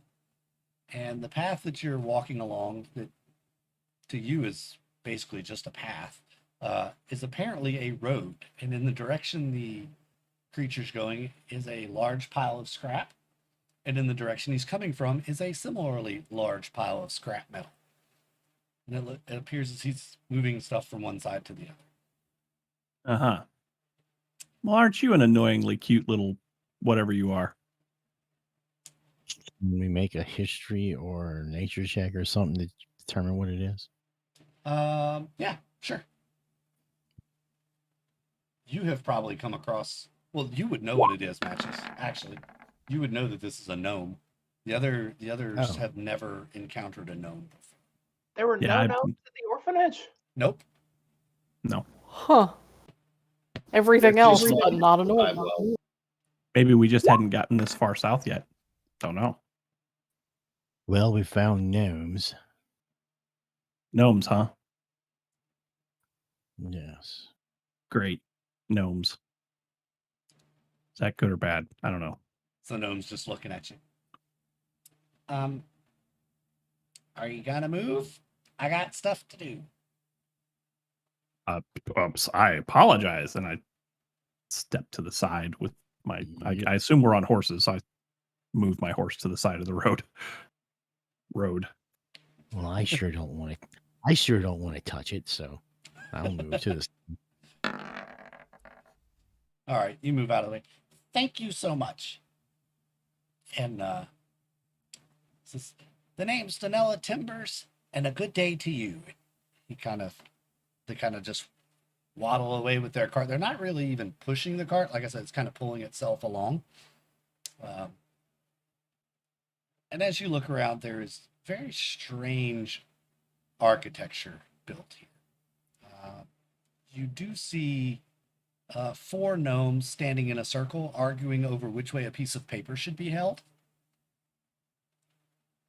Awesome. Yes, they tend to do things like that. And one of them seems to be in charge, and he snatches the paper from another one and goes, no, it goes like this. And he turns it, and you kind of hear his gruff voice, and the rest of them go, disgust, and just walk away. I don't think we should spend any more time here than is absolutely necessary. These are disgusting little creatures. All right, so we haven't actually made it to Londavale, right? This is just outside. Not quite. No. Yeah, we're outside of Londavale. Maybe. This could also be Londavale. I don't know. Do we know where this? You know the general area, but you know that gnomes are oftentimes a nomadic people. Look, and do we know where Devin Corn is? He's dead or captured by the OSG. Devin is one of the names that is lined out. Oh, okay. I thought the black ones were lined out. Well, yeah, actually, we got a clarification on that. Because originally it was blue lines are good and black lines. Let me just double check my notes, because I'm pretty sure in my notes Devin is dead. It may not have copied over correctly. We can always adjust the. Yeah, we might have to. Yeah, Yeah, Devin is actually crossed out on my notes. So let's make him. Yeah, he is not crossed off on our notes. Okay. Well, that might actually. So here's who's dead: Wilton Chambois, Devin Corning, Mikkel Gran, Werner Spiels, Parzan Edile, Aranius Castilli, and that's it. Yeah, our list is all fucked up. 5, 6. There should be 6 dead and 4 alive. Our list is all fucked up. We'll fix the handout later. But Yeah, so we'll fix it later. all of the people that we are nearby physically in the world are dead. Sounds about right. Yep. Dead or captured. Londavale's dead. Dead or captured, right? And the Bastion of Akshox is dead also. Well, I think that's the only thing. Okay, so if this dude is dead, then I don't know. I guess we're coming to just ask questions. I thought I was in the impression the person was still alive, and we're going to talk to them and warn them that. Yeah, I don't think we would have come here if we had known that he was dead. No. Or was it to Well, Lady Story wanted us to come and check on the status of all of the allies, Right. Yeah. regardless of the condition of whoever their leader was. We should at And least we're walk supposed through to the be- towns. Yes. And I think we're supposed to be raising armies. So Yeah. Well, how about we ask these little fellows? Since Devin Corey has passed, who is taking his place? I'll ask. Who are you asking? The one that seems to be Yeah. bossing others around, or the one that you met on the road? Sure. Yeah, the one who's buzzing. Excuse me. Yes, over here. Since Yes. since Corin is dead, who is taking his position? That would be me. My name's Alvin Zook. Alvin Zook is a stout gnome. He's obviously worked with his hands for many, many years, and his age shows through his face. He's dressed in leather pants and a cloth tunic. The pants and tunic both have pockets sewn all over them, as if perhaps the whole garment is nothing but pockets itself. All right. He says, what can I do for you? I'm very busy. We have to build the stoppers. We got to build the stoppers. You're stopping me from making stoppers. What do you want? So they're working then. Mm-hmm. The stoppers are working because we've stopped you from working. So stoppers are working. No, that's not a stopper. The stoppers are contraptions that we're making to stop anyone from invading our space. You see, since they killed Devin, we gotta protect ourselves. We have to build defenses and stop the invasion. You're an intriguing little guy. So you just randomly tell people that are coming into your territory what your plans are. I think that's very smart. Well, thank you for your Yes, opinion. So when did they come to kill your leader? Well, nobody came. He just didn't come back, and we got word from Mrs. Story that he was had been killed or taken hostage by the OSG. So now we gotta do what we gotta do to protect ourselves. No telling who's coming next. I think next is us. And Well, you're So- here. You're gonna kill us? no, not yet. No, but I don't- think we should just don't get think to the so. point. I think we should just get to. We don't have to deal. No. Lady Story wants to build an army. Well, good for her. She probably needs one. The gnomes are No. signatories of the treaty, right? Like we've seen the treaty. Yes. Then it's time to call them to the banner rather than suggest maybe that if they feel like it, they should raise an army. Exactly. yes. It's time for you to do what you need to do according to the treaty, and you do what you do. Yeah, I know. We're working on that. Part of that is to build a safe space here. We have to build our defenses, and then we can start working on the weaponry and things that we. But if our shops are hit while we're working, then everything we build is no good. We have to defend ourselves. See, what we're going to do is we're going to build these walls that are hidden under the ground, and then if we get attacked, we can stand these walls up and stab our attackers with spears through holes in the wall. It's a very, very ingenious project. You literally come up to my kneecaps. That's why we're using spears. All different angles, all different heights. Stab, stab, stab. They can't get through. They'll never break the metal we're using. Some of the lightest tall? metal we've ever found. How tall are these walls that you're trying to build? Oh, they're 40 feet tall. Nobody will be able to climb over them. They're slick metal, lightweight. Here's the problem. Your walls aren't going to do anything for the group of under the treaty out here in the middle of nowhere. You need to take your army and probably even take your people now that your location has been given away by the Order of the Sacred Grove. And you should probably take up residence around Karnagother. We have to finish mining out all the metal. We have to finish stripping it down. We got to get all the supplies so we can take it with us, and then we got to build stuff to move it with. It's a lot to do. You can handle it. Yeah, but we got to finish stripping it out. We need some muscle. Well, You don't know where why we can don't get some. You don't know where we could get a girdle of giant strength, do you? Man, one of those sure would come in handy for moving all this stuff.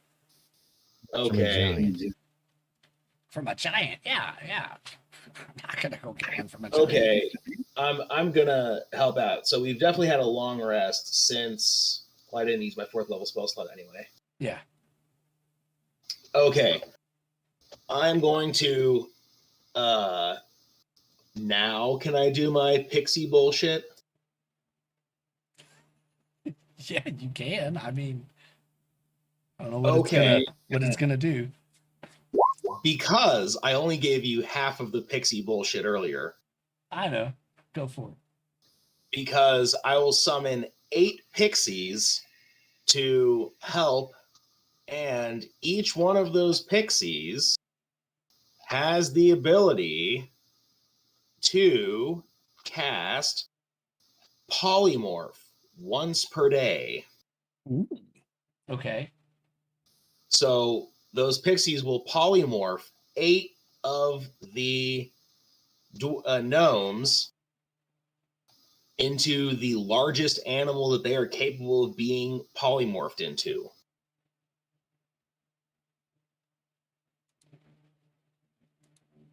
Okay. I don't know what level these people are.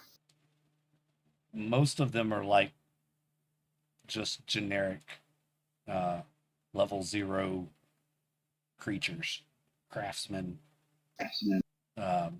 Okay, well, find the ones that can become bears, and we'll turn them into bears with their 20 strength, give or take, depending on the bear. And then I'll point at the bears and say, look, now you have strength.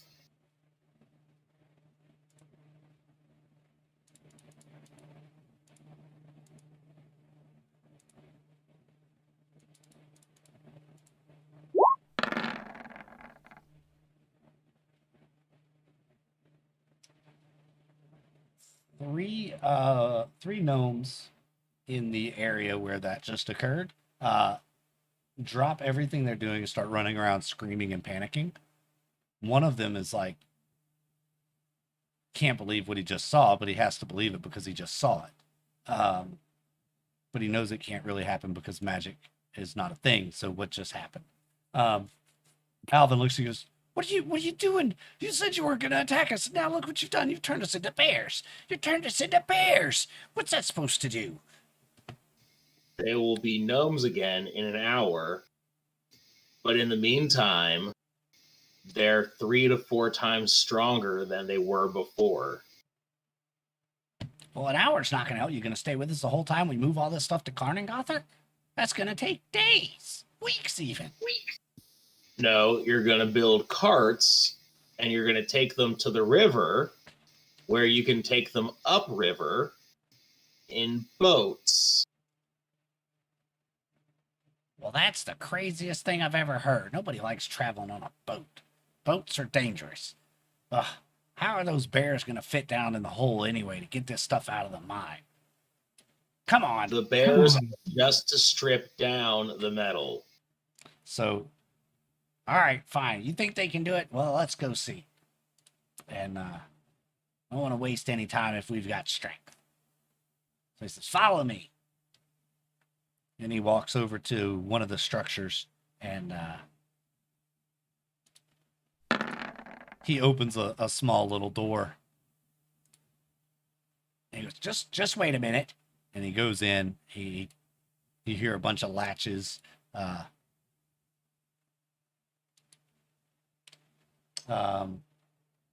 those wondering why you can't see my rolls are on Whisper or some things. If you can't see other rolls, then that might be another problem with OBS. I see your rolls. I know you could probably hear my rolls, but you probably can't see them because I have them on Whisper. Having the GM view, I can assure you there are a lot of rolls you're not seeing. Yeah, that's a way I stay No, I'm legal and accountable to. Saying it says Billy GM, and it was 40/20s. Yes, but those aren't the only rolls he's ever made. Yeah, No. I've made a lot of rolls behind the screen. Which those are supposed to be whispered too. But anyway, whatever. What was I saying? Oh, he goes in, you hear a bunch of latches, and then a metal door swings open. As you look around before you go in, everybody can make a perception check or investigate, your choice.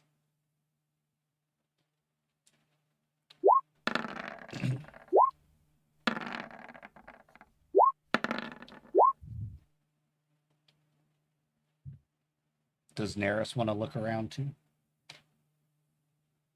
Yes, I will roll nurses here in a second. So far, everybody sees it, except Brata, which I'm not surprised. Neris also sees it. So Brata, you're the only one that doesn't see this. As you look around at all of the buildings and all of the odd shapes, you start to recognize some common themes of things that you've seen in drawings recently, and artwork and paintings and sculptures. These look like masts or wings or just various parts of what could possibly be an airship buried underground. And as he opens the door, a staircase leads down. Get back to my notes here. Okay. You say drawings. He's like on a wall, or he's like blueprints or something. Drawings that you've seen in books, or blueprints that you've seen, or artwork that was in the city of Fruiton around the different storytelling of the Githyanki. But this is artwork on a wall. No, this what you're seeing, your investigation check. Is that what you're asking? It's not. We're seeing the artwork. actual. You're seeing the. We're seeing the actual buildings, parts, right? Right, Oh, the the buildings actual- that are sticking up out of the ground. Certain parts of them look like they could be parts to an airship. Framework, a mast, a wing end of a wing, something like that. And as are we talking Nautilus airship, or are we talking a normal airship? We're talking the airship that we're the looking Nautilus, the type of airship that you're looking for. I don't think there's such thing as a normal airship in this world. Yeah. I don't know. Gnomes are weird. Gnomes are weird. Well, I So, mean, it could be a galleon, or I mean, ahead. if we're talking like back in Spelljammer Day, it could be a Nautilus or a galleon or anything. By the way, the DC on that was an 18, and all of you hit it or above, except for Brata. It's like, wow, I'm shocked. Good rolls, everybody. So, as he opens the door, there's a staircase that leads down into a dark underground mine-looking area. As your eyes adjust to the darkness, and you get down. Start going down the stairs, you are able to see the deck of a ship. And he looks at you and goes, "Yep, that's it. Found it. Legitimate salvage right here." He said, "How it got in this hole, we don't have any idea. But see, we're traveling along one day and Devin fell in a hole. Poor Devin, I'm really going to miss him." And he goes on a little side rant about Devin and what good friends they were. And he says, Come back to us. Come back to us. Sorry. So Devin fell in a hole, and we had to build a ladder to put down in the hole to come down and get him. And when we came down, we found this.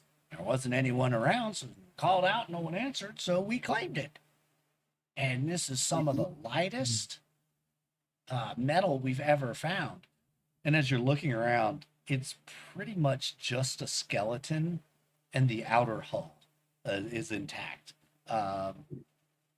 And he points over, and just so you know, we claimed it. And he points towards the center mast, which goes all the way up about 30 feet to the roof of the cavern and pokes through the ground.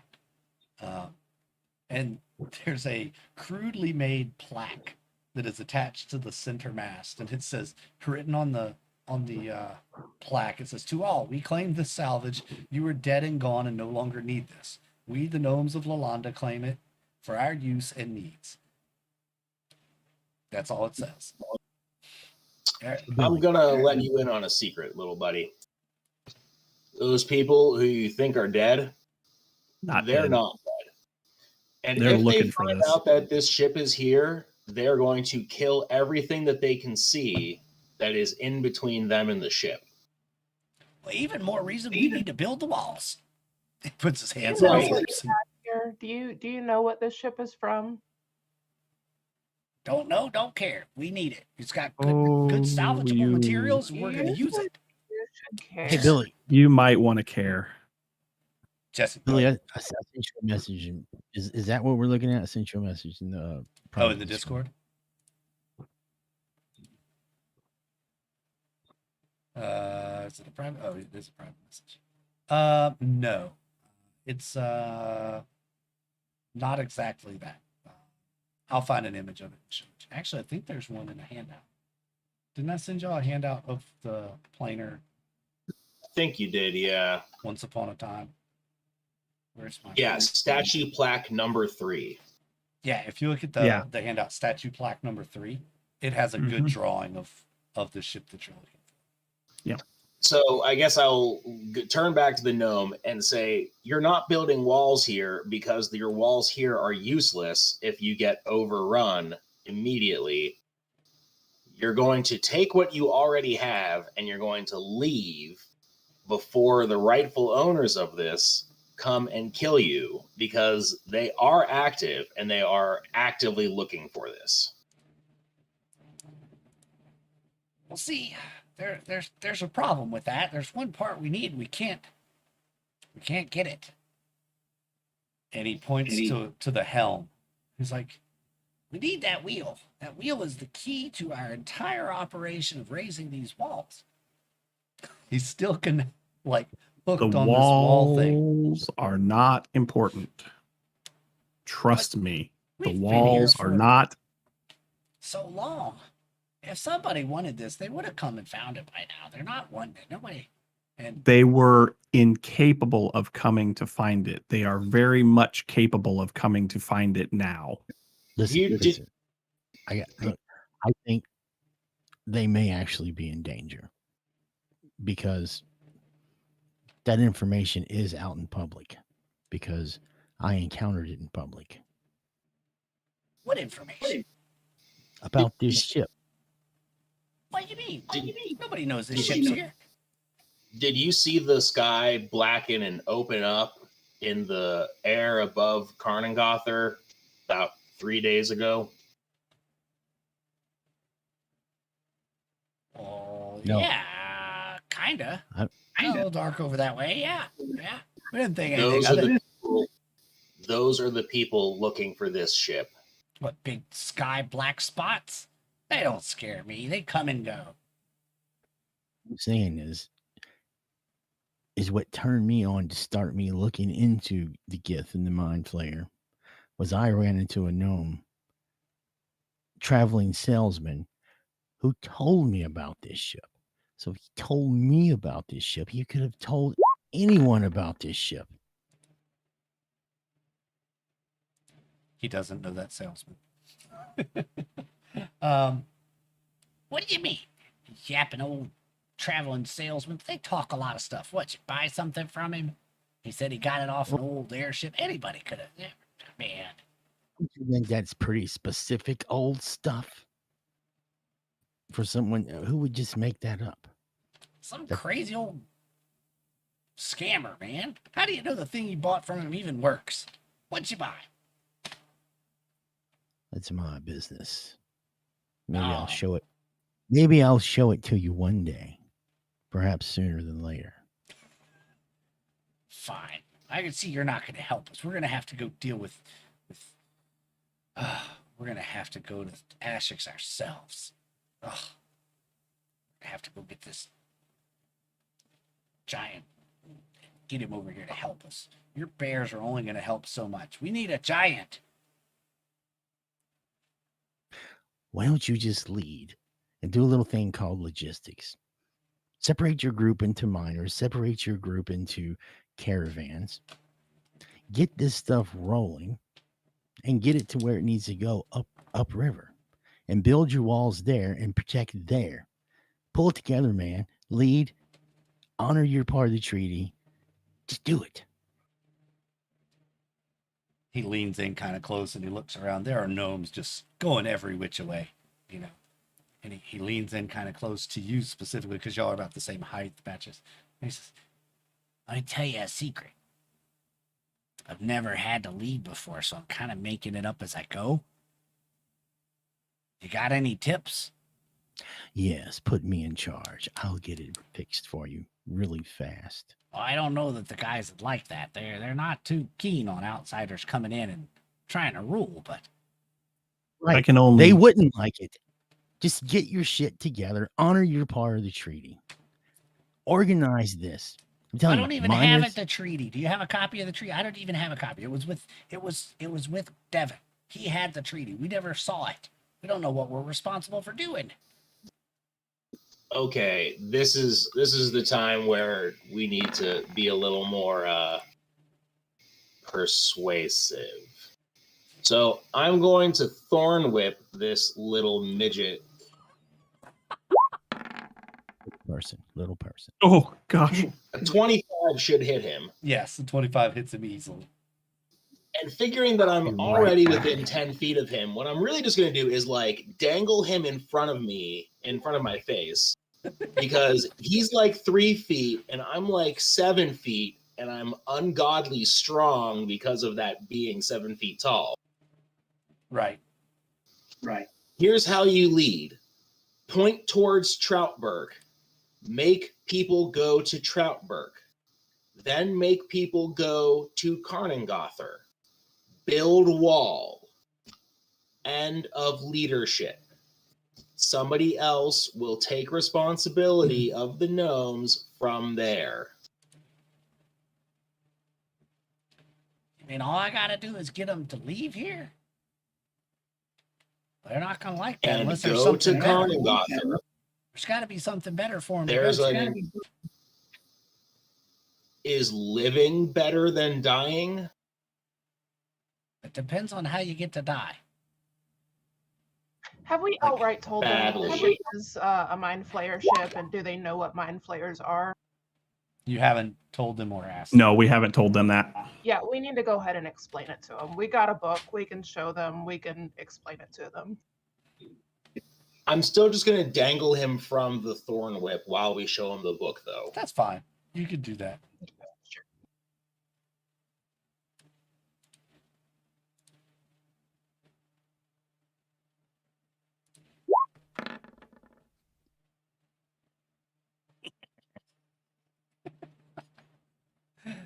Oh boy. Okay, I get it. We can't be here. You guys are probably the real owners, and you're making up a big story. I get it. Nope. We're sorry. We'll leave. Okay. You're gonna right. have all your We're the stuff. real owners. He You're doesn't right. believe any of it. He completely botched that his role and his intelligence role, and so he's just completely scared out of his gourd now. He has been dangled in the air for what feels to him like 50 feet off the ground, and there are all these intimidating looking people telling him what he needs to do. He just says, fine, we'll go, we'll leave it all, you can have it. It was a whole lot more work than it was really worth anyway. We've been here for 30 years trying to get this stuff out of the ground, and look, this is all we've got, the little bitty pieces in wheelbarrows. It's not even worth the trouble anyway.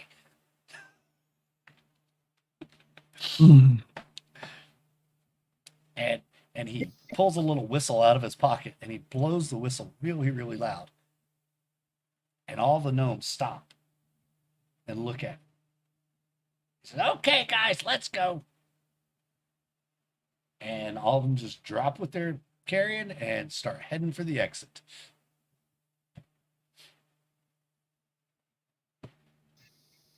Well, whatever we did, it worked. I feel like kicking him in his little shin because that's exactly what I told him to do. He didn't know how to do it. Now he knows how to do it. Just let it go, because if you do anything, they might need to be re-reminded. So I have no more interest in the gnomes. I want to examine this ship. Yeah, I'd like to take a look at it myself. In what ways do you want to examine the ship? Tell me, are you using detect magics? Are you, how Yes. investing are you getting into this? I will pull out my detect magic contraption. All right. And it looks like Let's. I put these little jumper cables on my goggles and pull them out and then hook them up to like this little wand thing, and it goes whoom, whoom, whoom, whoom, whoom, whoom, and so I can see the magic. All right. So you're working with detect magic. Who else is? I guess everybody's going to start digging into this and investigating. Yeah. And anybody else detecting magic? I'm sure Furbolg. Yeah, I've got my one racial use of detect magic. Anybody else doing anything specific? I want to pull Neris aside and I'll say, Neris, how much I value your opinion, and you know what you mean to me. Is this one of the Mind Flayer ships? Do you know? He looks and it could be. It's either one of theirs or one of ours. We lost quite a few in the war. How would we be able to tell the difference? A history check, maybe.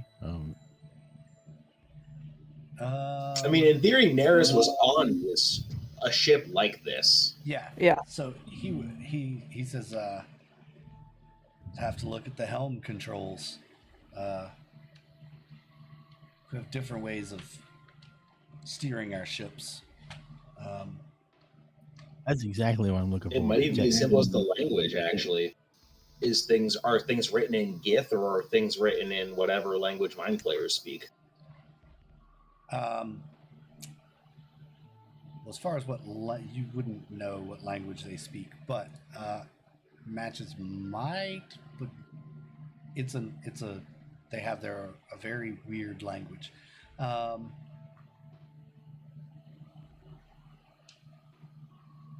gotta ask me the hard But questions. it's not Gith. Actually, I mean, all we really need to know is that it is Gith or it is not Gith. Because something has to be labeled on the ship somewhere, and that label has to be written in a language. Correct. And if the Mind Flayer's language is very different than Gith, it is. Then we only have to identify whether or not the sign is in Gith or not. Right, and that's why Neris says he has. Right. That's what high wisdom gets you. And that also depends on how stripped the gnomes were able to get it. Right.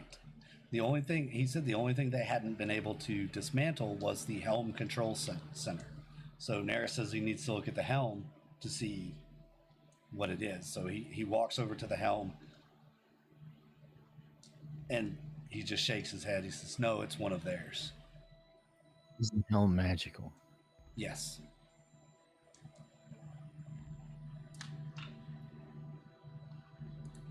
And does your detect magic tell you the school of magic or no? It's a wand of magic. So yeah, detect magic. It is. Where is that?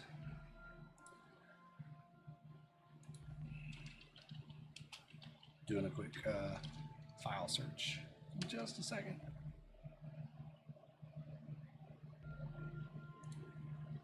So he's quite upset that it's not one of theirs, actually.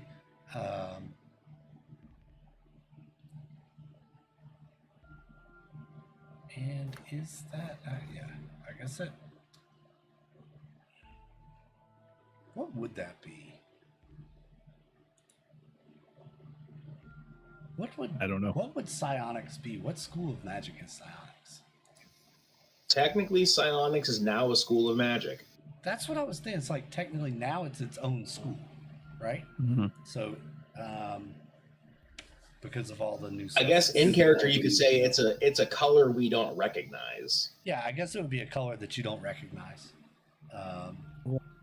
I mean, I think in fifth edition, since it is a school, I mean, magic users could recognize it.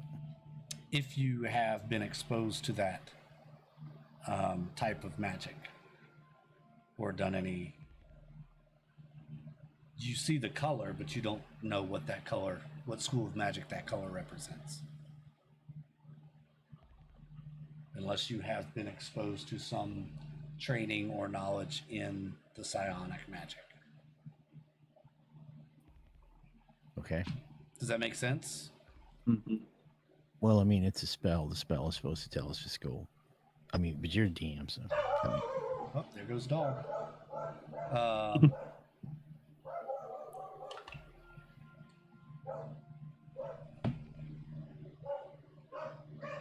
Let's say that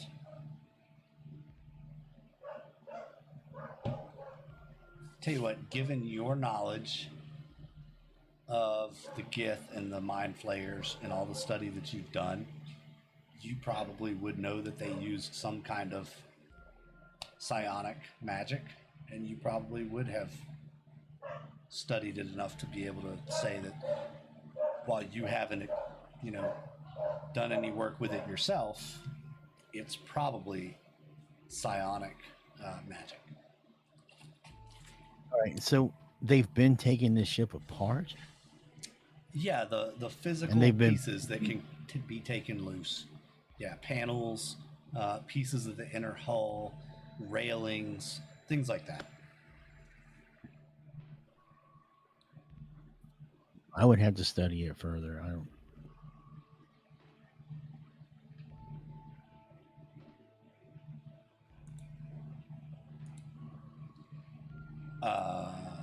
So Nara says, "Yep, it's one of theirs, not one of ours." And let's make sure I'm not missing anything.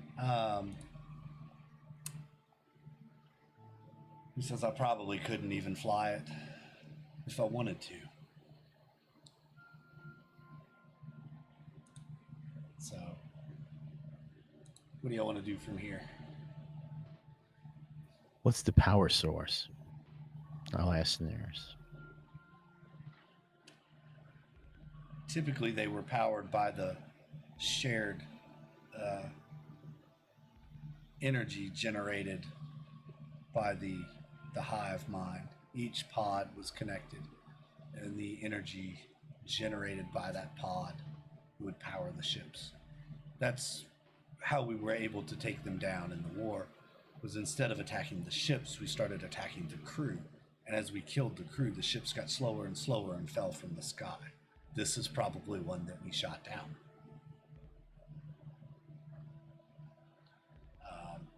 Anyone who goes below deck, below the main deck, let me know if you're going to search down there as well, because there's some stuff you might find down there. I'm a thief, so I'm looking, obviously. Yep. Yeah, I'd say we're probably all working our way through the ship. Okay, so I'll just go on the assumption that you were going over this thing with a very fine tooth comb. Yeah, we know the significance of the ship, and there's no way we're gonna not search it. Yeah, and you're going to spend whatever time you need here searching it for as long as you need to search it. Is what I'm kind of gathering, right? It matches his curiosity is overtaking the better of him. So he's searching, but he's searching more along the lines of trying to understand the creation of the ship and how it works instead of like they're trying to dig through artifacts and stuff. I mean, gotcha. All right. So let's just do this. Let's just go. All right. Matches. We just did a detect magic with you. Talked about the helm. Let's go to Clark. Clark, what area of the ship would you like to focus your search on? Anything in particular? No, I mean I'm not a magic-y person, so I'm just kind of searching a little bit of everywhere. Shiny things catching my eye. I don't know. All right. You get a little bored on the ship itself. it's not your thing. You don't like you like to fly. You don't even like being in here because you're underground and you're feeling trapped like a bird in a cage. That's about right. So you start heading out, and you notice there are these tunnels everywhere from all around that lead here. And as you're kind of wandering around the open cavern, this cavern is probably 50 foot in diameter across and 30 feet or so tall.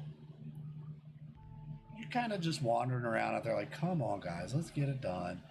And you actually come across a leg bone of a humanoid. And if you want to dig around a little bit more over there, you would find the remains of a skeleton, a full skeleton. I'm assuming I can't tell what it's from, though, just that it's humanoid. It doesn't look like a human. In fact, it has a very large head, kind of like a bird, would have a big head. But you can roll a wisdom. Yep. Roll a wisdom and see if you can put 2 and 2 together here. You're a pretty smart birdo.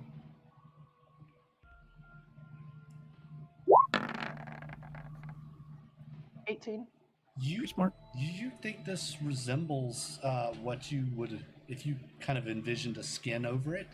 This could very well be a mind flayer skeleton. Do they have legs? Kinda. They're like, yeah, their face is where all the tentacles are. Oh, gotcha. Okay, so they're like Cthulhu looking, kind of. Yeah, they're a Cthulhu. Yeah. All right. Let's move to Vale. Clark found a Okay. skeleton. Okay. Vale, you are basically hands and knees, like looking for everything. Looking in cracks and crevices and under things and like everywhere. Yeah. Yep. What you've noticed is that the gnomes have been very deliberate in how they took this apart to Okay. ensure that the structural integrity of the ship remained. Okay. While they may not have known what the significance of the ship was, they knew if they did it wrong, it would be destroyed and they would lose their plans. One thing Okay. that let's see something real quick.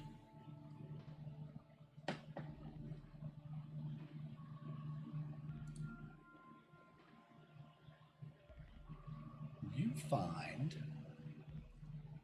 deep down in the hold a very small box. Okay. It's an intricate box. I like boxes. You do like boxes. And this box has a very small keyhole on it. It has tarnished either gold or copper, you can't really tell, inlay on it in a very strange pattern. It almost looks like a language. And the same kind of metal that the ship is made out of is banded around the small box. It really is about probably 4 inches by 6 inches by 4 inches. It's not a very big box at all. Is it trapped? Roll and investigate. Yes. It is not. it Oh, well, is I mean, trapped. it is trapped. Okay. And you see the trap and the mechanism. So you can use your thieves' tools to try to disarm the trap if you would like. I would like to try and disarm the trap.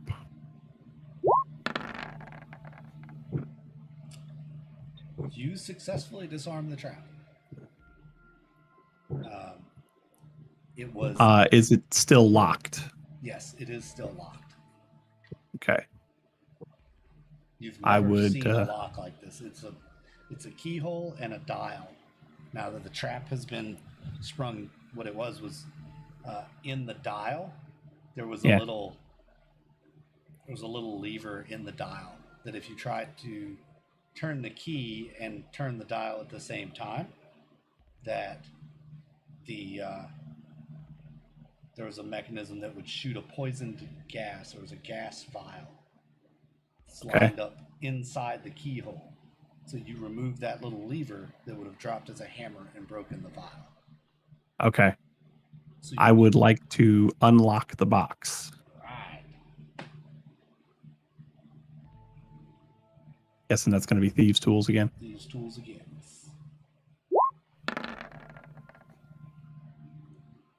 No good. If you want to spend a little time here and take 10, then I'll let you roll again. Sure. No one's calling out my name, so I'm gonna take my time with it. Okay.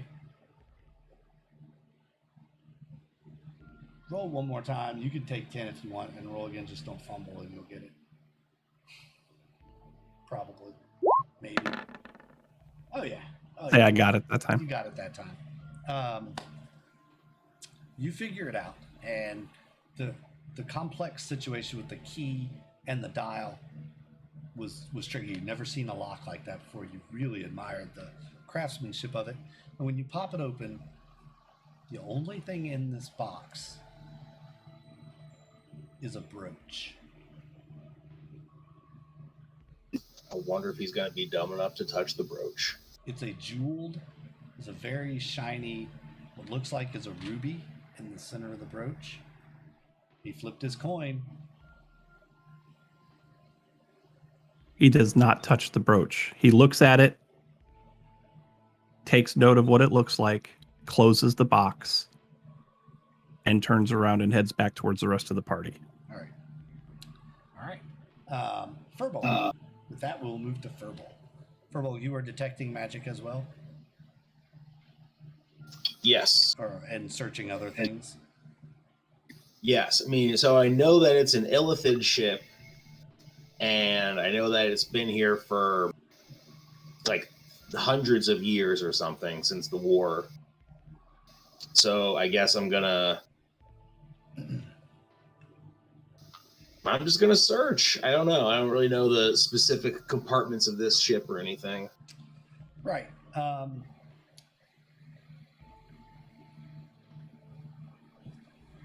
You're traveling along with your detect magic, and while Matches has been kind of focused up on the helm and looking at that and trying to understand how that all works. Well, what he's doing is like he's running from part to part, like with like measuring tapes and caliper and all kinds of stuff going. Oh, yes. Oh, here we go. Okay, this does this. All right. So he's seeing how all that works in tandem. You're actually able to pick up about every 20 feet across the ship as you walk through it. There's a very faint glow of magic. Any magic I can... It's the same color as the helm. So you would assume if Matches told you it was psionic, it's the same. And it's, like I said, it's about every 20 feet across this ship. Now, this ship in its entirety, which when you were standing on the deck, you could only see part of it. But when you get below deck, it's about 150 feet long and probably 40 to 60 feet wide. It's a very wide ship. Could probably hold many soldiers. And this every 20 feet isn't just like on the walls. It's everywhere. So if you stand back and look at it, it's like a grid below deck every 20 feet.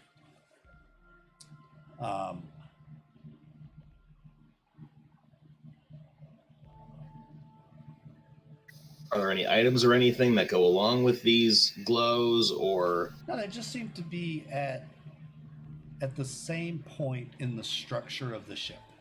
Does that make sense? Okay, it's like stitched into the wall rather than like there's a rib here and the rib is glowing.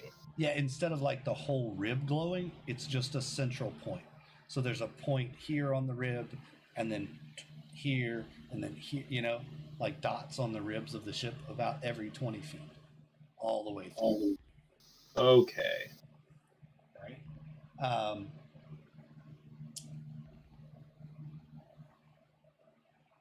the longer that you seem to be there, it appears that it might be getting brighter. The glow might be getting a little brighter. Well, I'm going to just observe that glow for straight up 10 minutes. And does it get brighter over those 10 minutes? Like in a for real, I can certainly confirm this way?